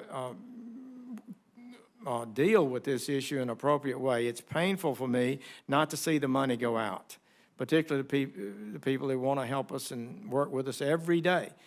But they've been pretty supportive and understanding, I gotta say, although I know it's difficult for them. So I hear you, we're working on it, it's a high priority of mine. Good. We appreciate that, and it is an important issue. Another thing that I'd like to talk to you a little bit about is when we look at the fiscal year 2019 budget request, it would reduce the drug court funding by more than 40%, reduce veterans treatment courts by 70%. When you look at the recidivism rate as a result of being in drug court, it's dramatically lower than those people being incarcerated. Also, when you put somebody in jail, they're required to work when they're in drug court, but when you put somebody in jail, not only are you, the recidivism rate and all that, but also the family is going to wind up probably on some sort of public welfare assistance because you've lost an income earner. And so I'd really appreciate it if you'd look at that and just kind of review that, look at the statistics and things. I think those programs, if there's an answer, instead of reducing those programs, I think they should be increased dramatically. Well, Congress works its will, and we have a tight budget, and we try, but I do agree with you, Senator Bozeman. I helped initiate the establishment of a drug court in Mobile, Alabama in the early 1980s. Right. One of the first in the country, and it's still in existence. And I think it's a positive thing in general. I've kept up with it over the years. It deals with the kind of state cases that are often smaller offenders, addicted offenders, single mothers, single fathers, whatever, that it's just difficult time, and some of them can work their way through that drug court and stay with their families and save the cost of incarceration. You're exactly right. And again, have to work, have to stay clean with the drug test, or the judge has the hammer, to actually put them in Right. prison. So If they misbehave, they come before the judge repeatedly, and he addresses them directly. It has a real impact. well, thank you very much. Thank you, Mr. Chairman. Thank you. Madam Chair. Thank you, Senator Bozeman. Senator Manchin, yes, Senator Manchin. Thank you, Madam Chairman. Thank you, Mr. Justice. Good to have you here. Let me say, first of all, I want to thank you. We had a major drug raid, and you all were very much involved in that and made it happen. And I personally want to thank you for the state of West Virginia. It was a major drug raid between Detroit and Huntington, West Virginia. You all led it. You were involved in it. We had all agencies working together. It made a big, big impression and made a big help on us. So thank you for that, sir. Thank you. Also, I want to say that the Bureau of Prisons routinely uses a process known as augmentation to assign custodial duties to non-correctional staff, teachers, plumbers, fill gaps in staffing and all that. At the Hazleton Federal Correction Center in West Virginia, there have been over 60 major security incidents since the beginning of this year, including one inmate's death earlier this month.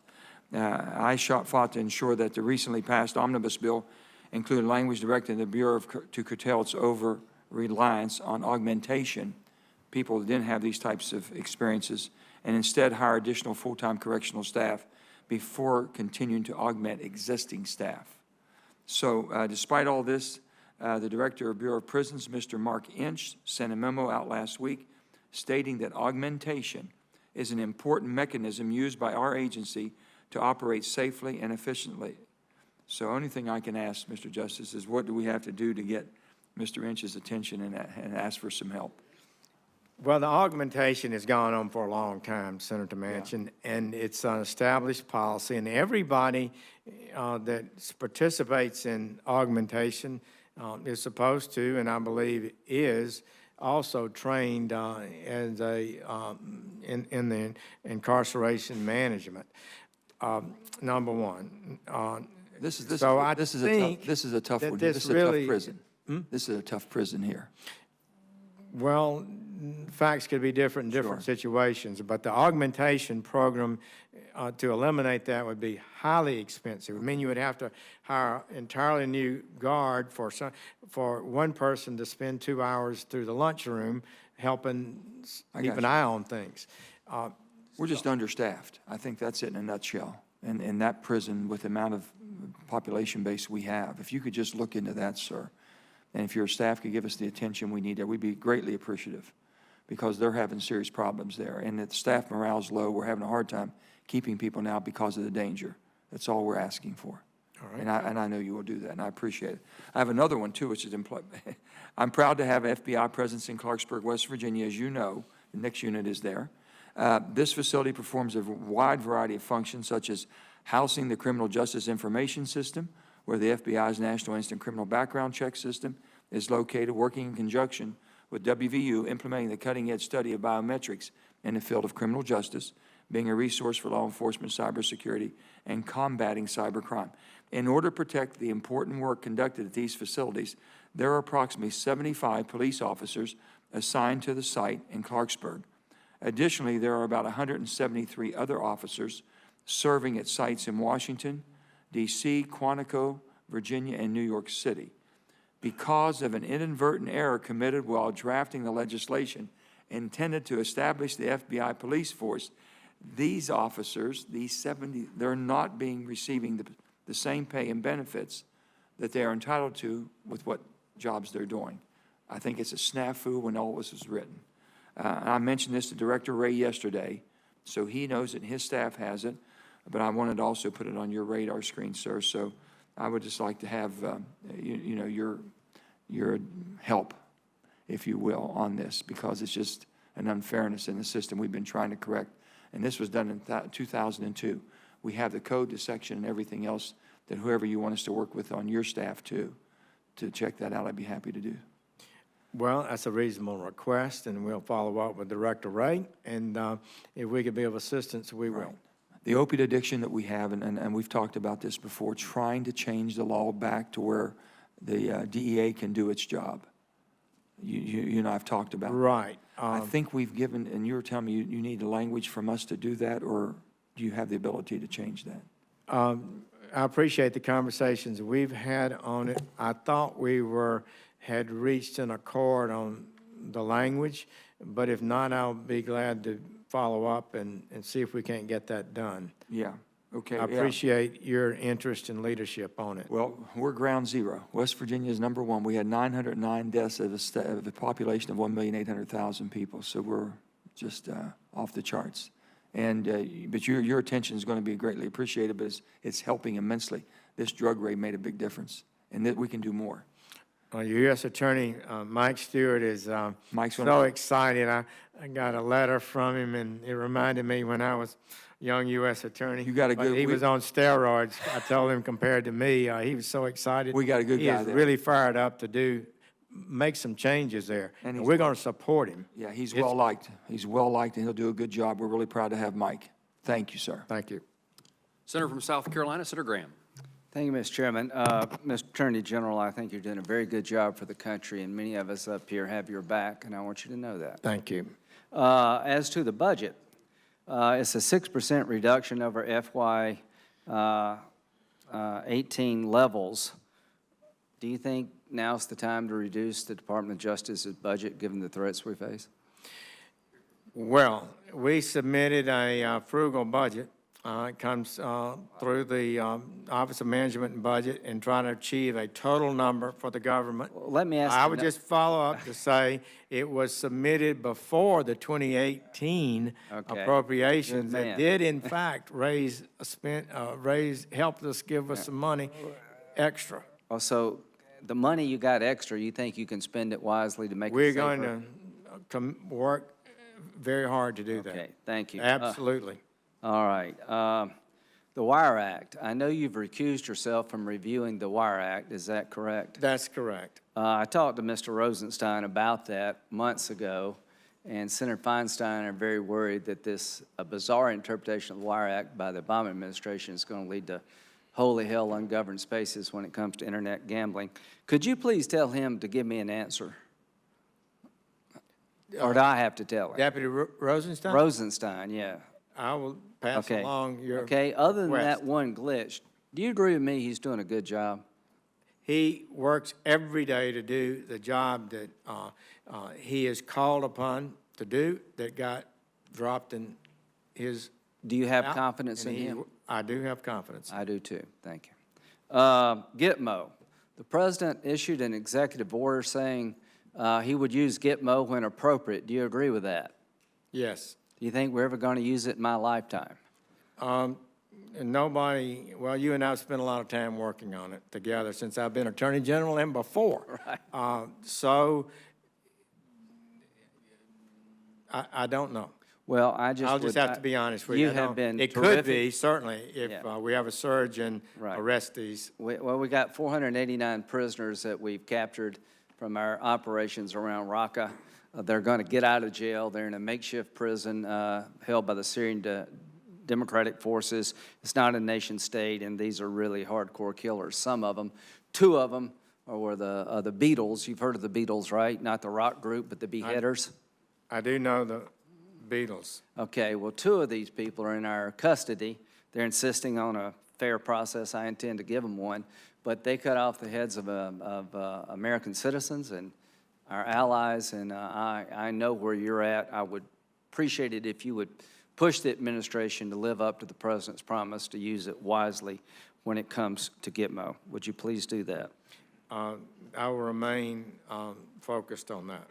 Okay, now when it comes to the war on terror, Raqqa may have been taken back, but we got to hold it.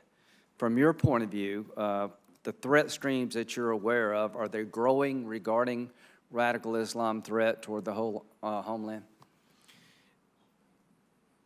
We don't think there's been any significant reduction. I do believe General Mattis deserves credit for his tactics of crushing ISIS, and I think a lot fewer of them got out than perhaps they intended, which means there are fewer of them available to come to America to kill Americans.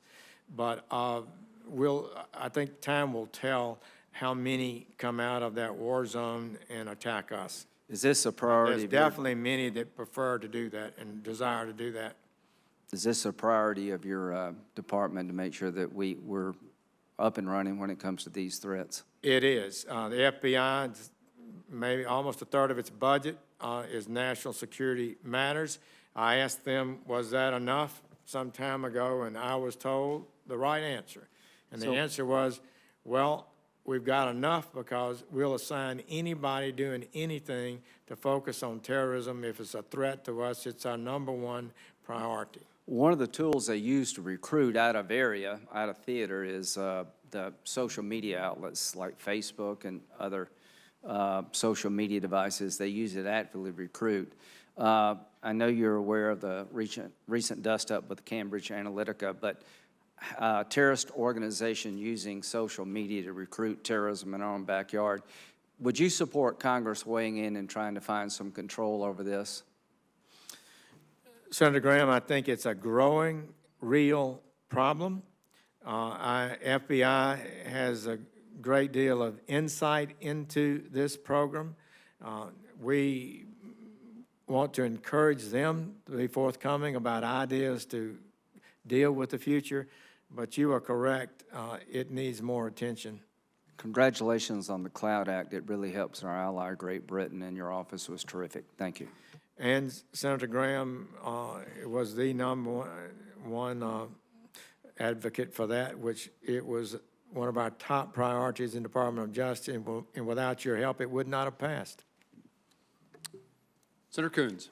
Thank you, Chairman Moran, and welcome to your new position here at CJS. Look forward to working with you and with Ranking Member Shaheen. And Mr. Attorney General, welcome. I enjoyed working with Senator Graham, and I'm glad we made progress on the CLOUD Act. I do think it was an important step forward. I have 3 questions I'd like to ask, if I might. I think I'm the last man standing, so we'll work through them if we could, and then I think we're at the end. As long as they occur within 5 minutes. I will do my level best. First, as you know, Attorney General, my home community of Wilmington has faced some significant levels of gun violence, something the department has worked with us on in the past. And I've tried to find ways that we in the federal government can help local law enforcement confront this challenge. So I'm working with Senator Toomey of Pennsylvania.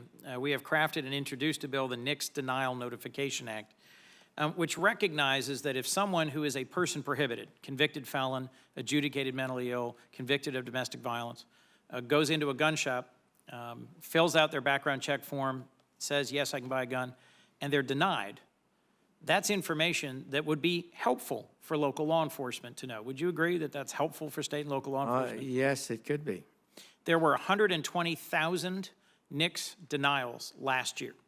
State of Pennsylvania, state of Virginia, they run it through, the state police run it.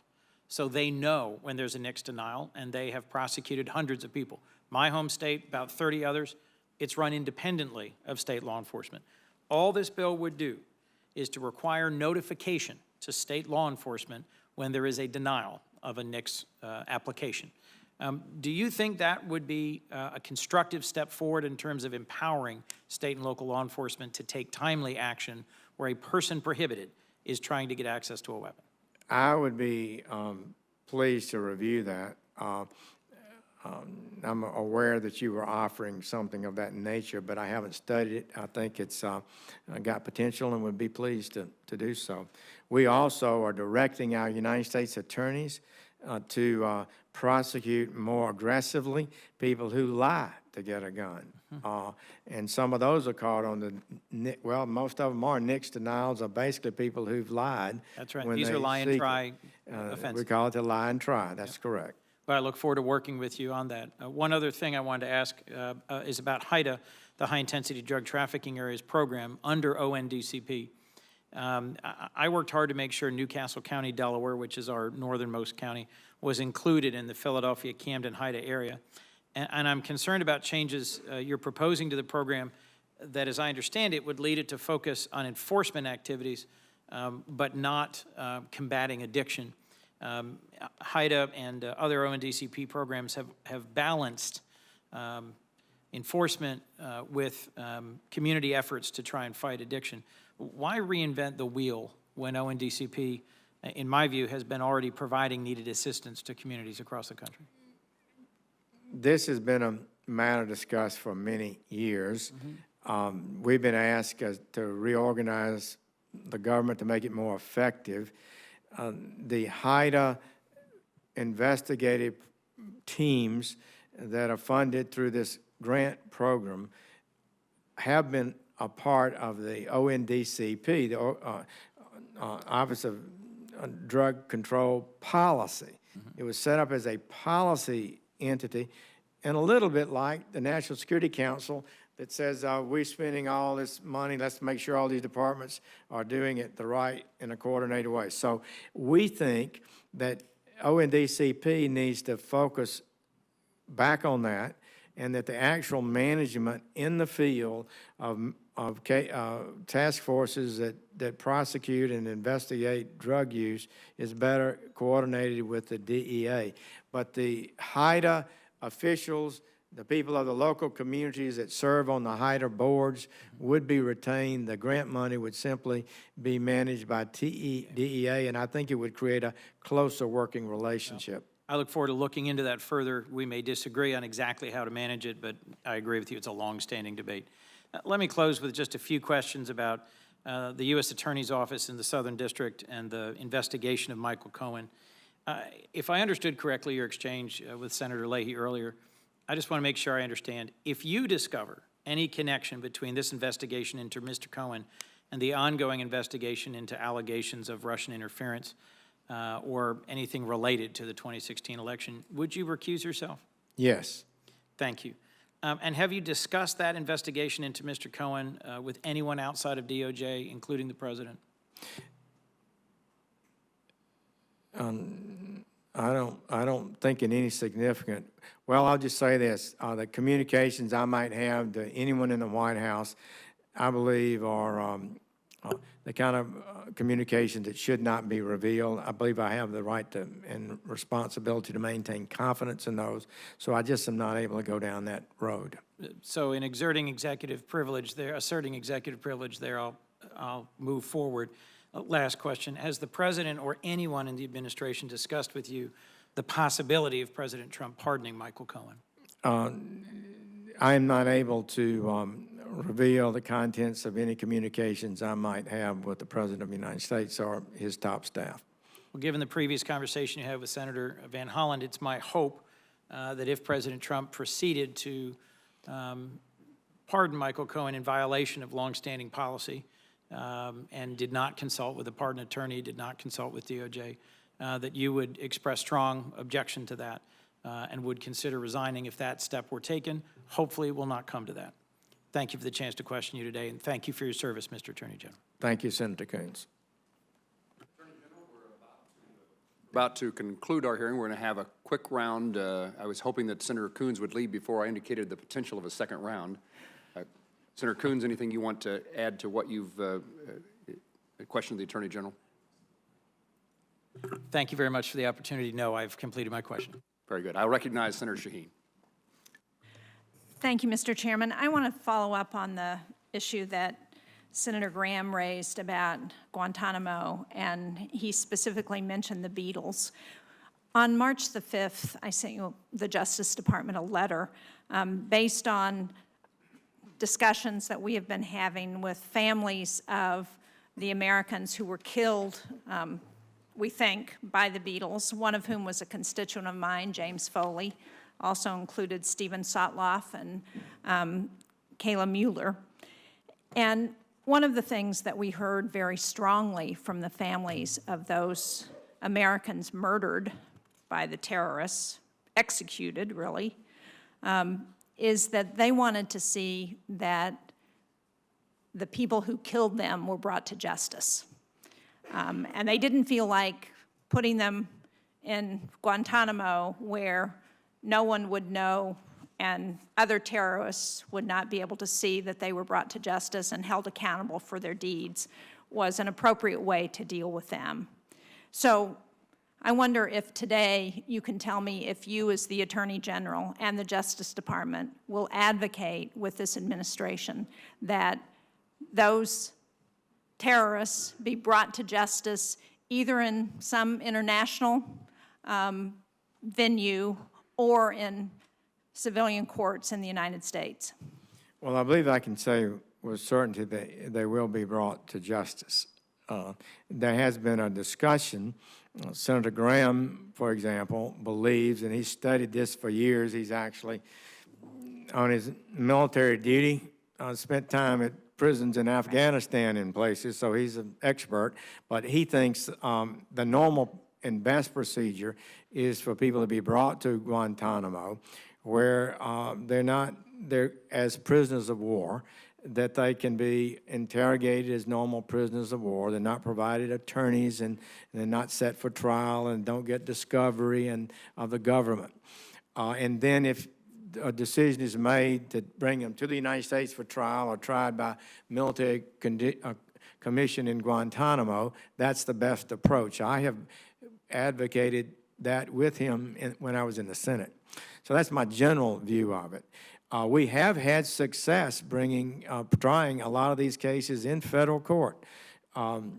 Even though the rules of evidence are stricter, the discovery rules require the government to produce more evidence, sometimes could tend to reveal how they got caught and our techniques of catching them and our intelligence that way. So, but there's no dispute about these individuals being brought to trial. I have been disappointed, frankly, that the British, they were British citizens, they renounced their citizenship or rejected, had it pulled, but that they are not willing to try the cases, but tend to want to tell us how to try them. So, and they have certain evidence that we need. So it's a complex matter. We are spending a good deal of time on it. I believe you can say with confidence that we expect to have these individuals tried and held accountable for their horrific acts. Well, thank you. And as you point out, we've been successful in federal court when we brought those terrorist cases before the court. And in fact, we've been more successful in civilian courts than we have in military tribunals. And I would urge you and the administration to take into account the wishes of the families who lost their loved ones because of those terrorists, and not provide another opportunity for terrorists to be able to use Guantanamo as a recruiting tool. So I certainly hope you will do that. I would like to change the subject now to, there have been a number of questions here relative to your recusal from issues relating to the 2016 presidential campaign and the work of Special Counselor Mueller. And I do have a couple of general questions that I hope you can answer, despite your recusal from questions regarding the Mueller investigation. Outside of misconduct, dereliction of duty, incapacity, conflict of interest, or other good cause, the conditions outlined in 28 CFR 600, can the Attorney General or his designee fire a special counsel? Well, let me just say this. I expected somebody would press this, but I am recused from that matter, and there's one matter at stake, and I'm recused from that. So I believe it is not appropriate for me to opine or give my thoughts at this point, given the fact that I'm recused. So I appreciate your inquiry, but I think it is not appropriate for me to comment.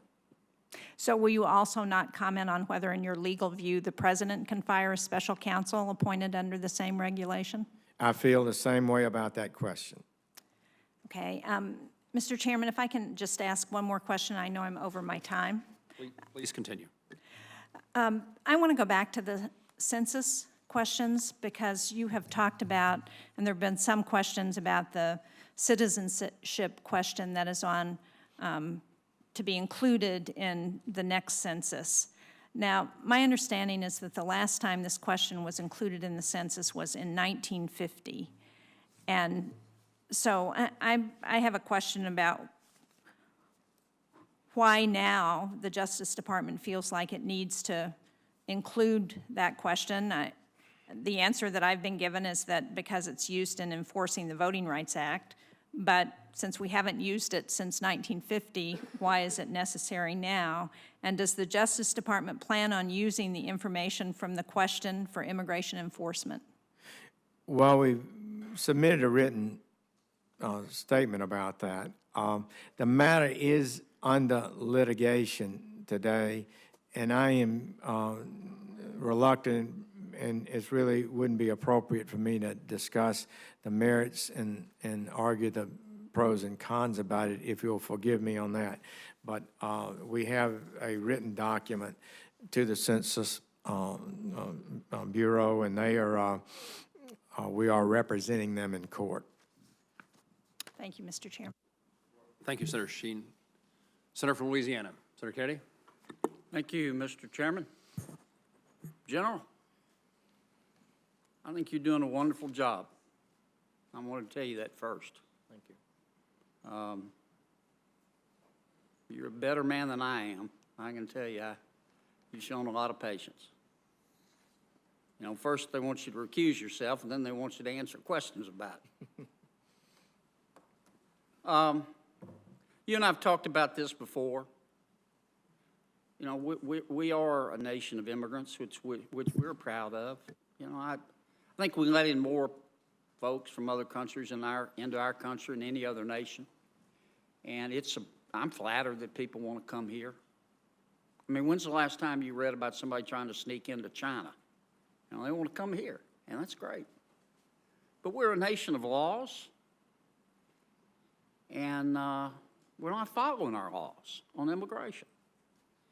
Is there anything we can do about sanctuary cities in terms of legislation that would help you? Absolutely. For example, I think we could authorize explicitly. I thought it was already sufficiently authorized, but you could explicitly authorize or pass legislation that mandates a cooperative relationship with state and local areas. Also, I would have thought that'd be implicit. But you know, Senator Kennedy, there's nothing like the improvement we've seen in law enforcement. You have in Louisiana, you've got cities, you've got parishes and cities and all these jurisdictions each have their borders and their jails, and we honor each other's holds and hold people till somebody can come over and pick them up because they got charges in another jurisdiction or another state or to the federal government. And this is an ideological, open borders, radical policy that a city or a county refuses after they've apprehended somebody who's entered the country unlawfully, who's committed perhaps a major crime. They refuse to honor the ICE officers when they come to pick them up. And that means the ICE officers have to go out in the community, place themselves and maybe neighbors at risk to try to apprehend sometimes dangerous criminals. And I cannot agree to that. I cannot accept having our officers placed at that kind of risk. And it's an important matter. It's not a little matter. And I think these cities need to reevaluate what they're saying. I don't think they know what they're saying. I don't think they understand the implications of their refusal to cooperate with brother and sister law officers like our ICE officers. We cooperate with them, and that's why we've been so, that's been a part of the 30-year decline in crime, is this partnership between federal and state officers. This is the biggest breach of that relationship I've seen in my 40 years of law enforcement. Well, it just strikes me, I mean, we've talked a lot lately about the rule of law and the Mueller investigation, which I'm not going to ask you to comment on because you did correctly recuse yourself. We talked a lot about the rule of law, but it doesn't seem to apply when we talk about immigration laws. I mean, there are parts of immigration law I don't agree with, but I'm going to follow it.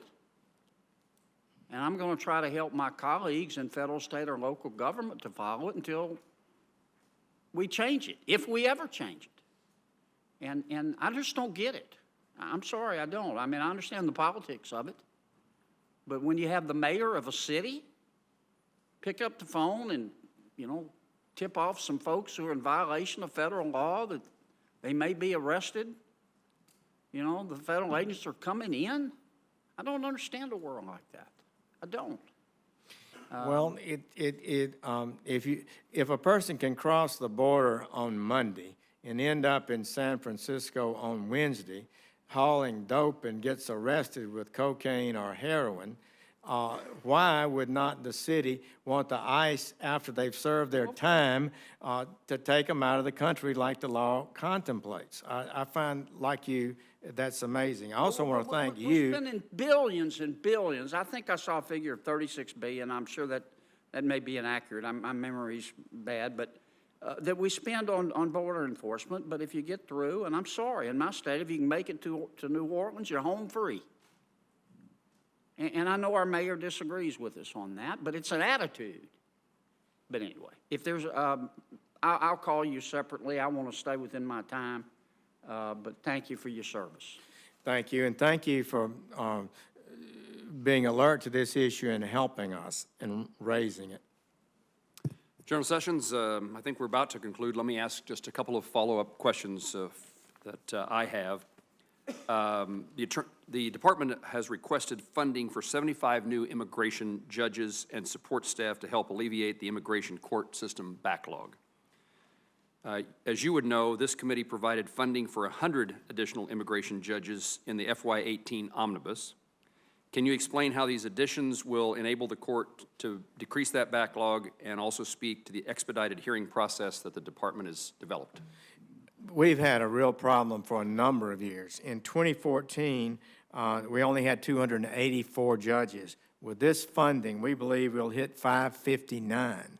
That still may not be the optimum number, but it is a monumental improvement.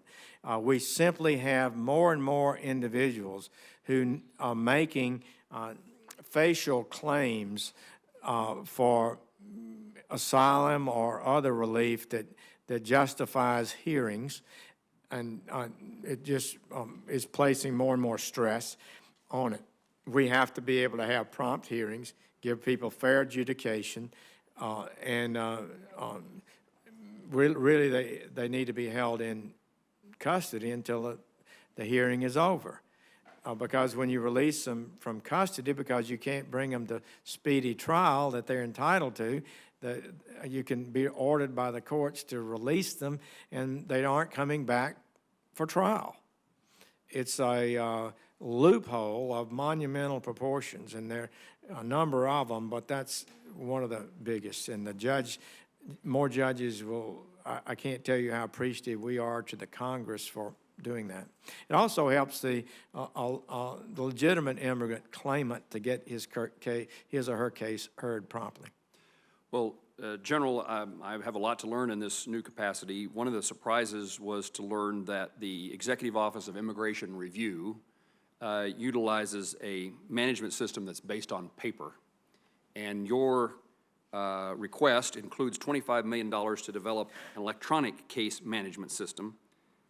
Can you tell us about how this will work and what a difference it will make? We are looking to get more productivity and more legitimate and a better decision-making process from our judges, and we think that $25 million will pay for itself many times over, and we would appreciate that reform, and I believe it will help the system considerably. Is this a one-time request, or there'll be requests for additional funding for this purpose in the future? I think the initial cost will be the most significant. Whether we'll have the annual cost in the budget line item or not, I don't know, probably so. Are you aware of other places within your department in which you're still operating off of a paper-based system? I think we're working to improve the ATF process by which firearms and their serial numbers are noted. That's not sufficiently computerized either. And it slows that down and costs money, we think, in the long run. So we'd like to be able to get a much quicker turnaround on that, and we're planning to improve that system also. Let me ask finally about a spend plan. I look forward to receiving the department's spend plan. It's required by Section 532 of the CJS bill. As you know, several programs within the department, such as Veterans Courts and Tribal Assistance Grants programs, received a significant increase. We talked a bit about that in the conversation that you had with one of my colleagues. They received a $14 million increase and $35 million increase, respectively. As we also indicated, there's a Fix, Nix, and Stop Act were passed in the omnibus bill, and which I hope will be outlined in your spend plan, how you intend to spend and implement those laws. And additionally, the Appropriations Committee included $3.3 billion to fight against opioid and prescription drug abuse crisis. Of this amount, $299.5 million was specifically included for the department to fund anti-opioid grant programs.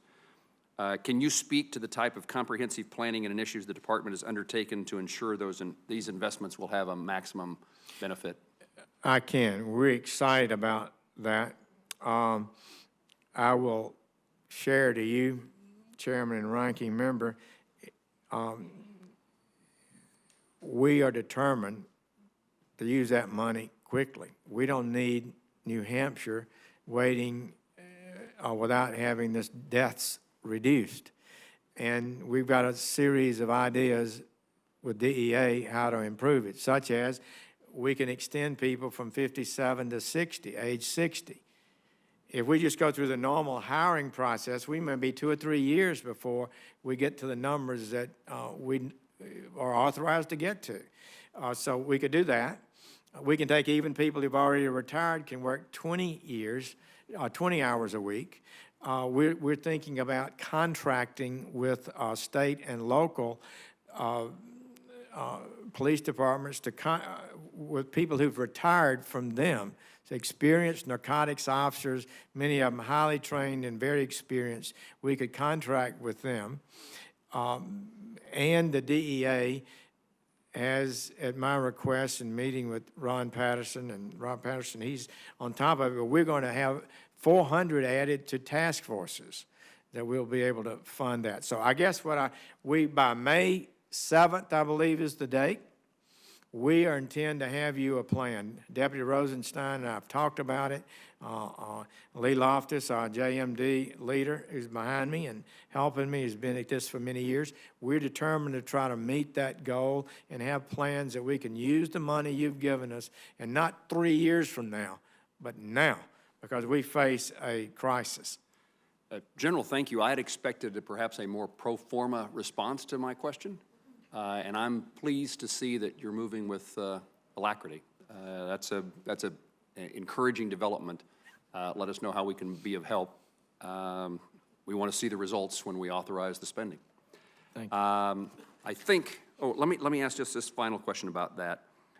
On this opioid battle, how well can you assure me of the cooperation and coordination between the Department of Justice and other federal agencies in this battle? Well, the president reached a bipartisan solution, I understand, to spend $6 billion additional dollars on the opioid crisis. That is a sizable increase, no doubt about it. We are getting only a small part of it. I don't know exactly what percentage, but it's certainly not the major. I expect that the prevention program, which I totally support, will be funded, but it doesn't need an unlimited amount of money. You can run a very good prevention program for a reasonable amount of money. And you've got treatment, which is very expensive, and I'm sure that will get more money. There'll be some research, and I'm talking about FDA, the Department of Homeland Security, the Department of Health and Human Services, VA, all of them have roles to play and others in the drug matters. And I would say you're entitled to keep an eye on all of us, and probably need to, because you run a massive department and you get some more money for a certain project and the secretary's got a million challenges to deal with, and sometimes things don't get done with the alacrity we'd like to see. We have a funding responsibility as a Congress. We have an oversight of equal value, in my view, and we need to do both better. General, thank you very much. I appreciate your testimony. It's been a long afternoon, I'm sure, for you, but I appreciate the responses that you've given. I've always asked, when I chair a hearing, the witnesses if they have anything they'd like to add for the record, something they want to correct, something they want to add, a question that they didn't feel like that they'd been asked that they'd like to answer. You may feel like you've been asked everything. Well, I don't have much to add, except I would appreciate it if I have misspoken in any way. I'll try to correct that. And thank you, because really the 2018 appropriations was beneficial, and it provided us additional resources, and we are going to do our best to use them as you would like us to. The General, thank you very much. If there are no further questions this afternoon, the senators may submit additional questions to the subcommittee's official for the subcommittee's official hearing record. We request the Department of Justice respond within 30 days. The subcommittee now stands adjourned.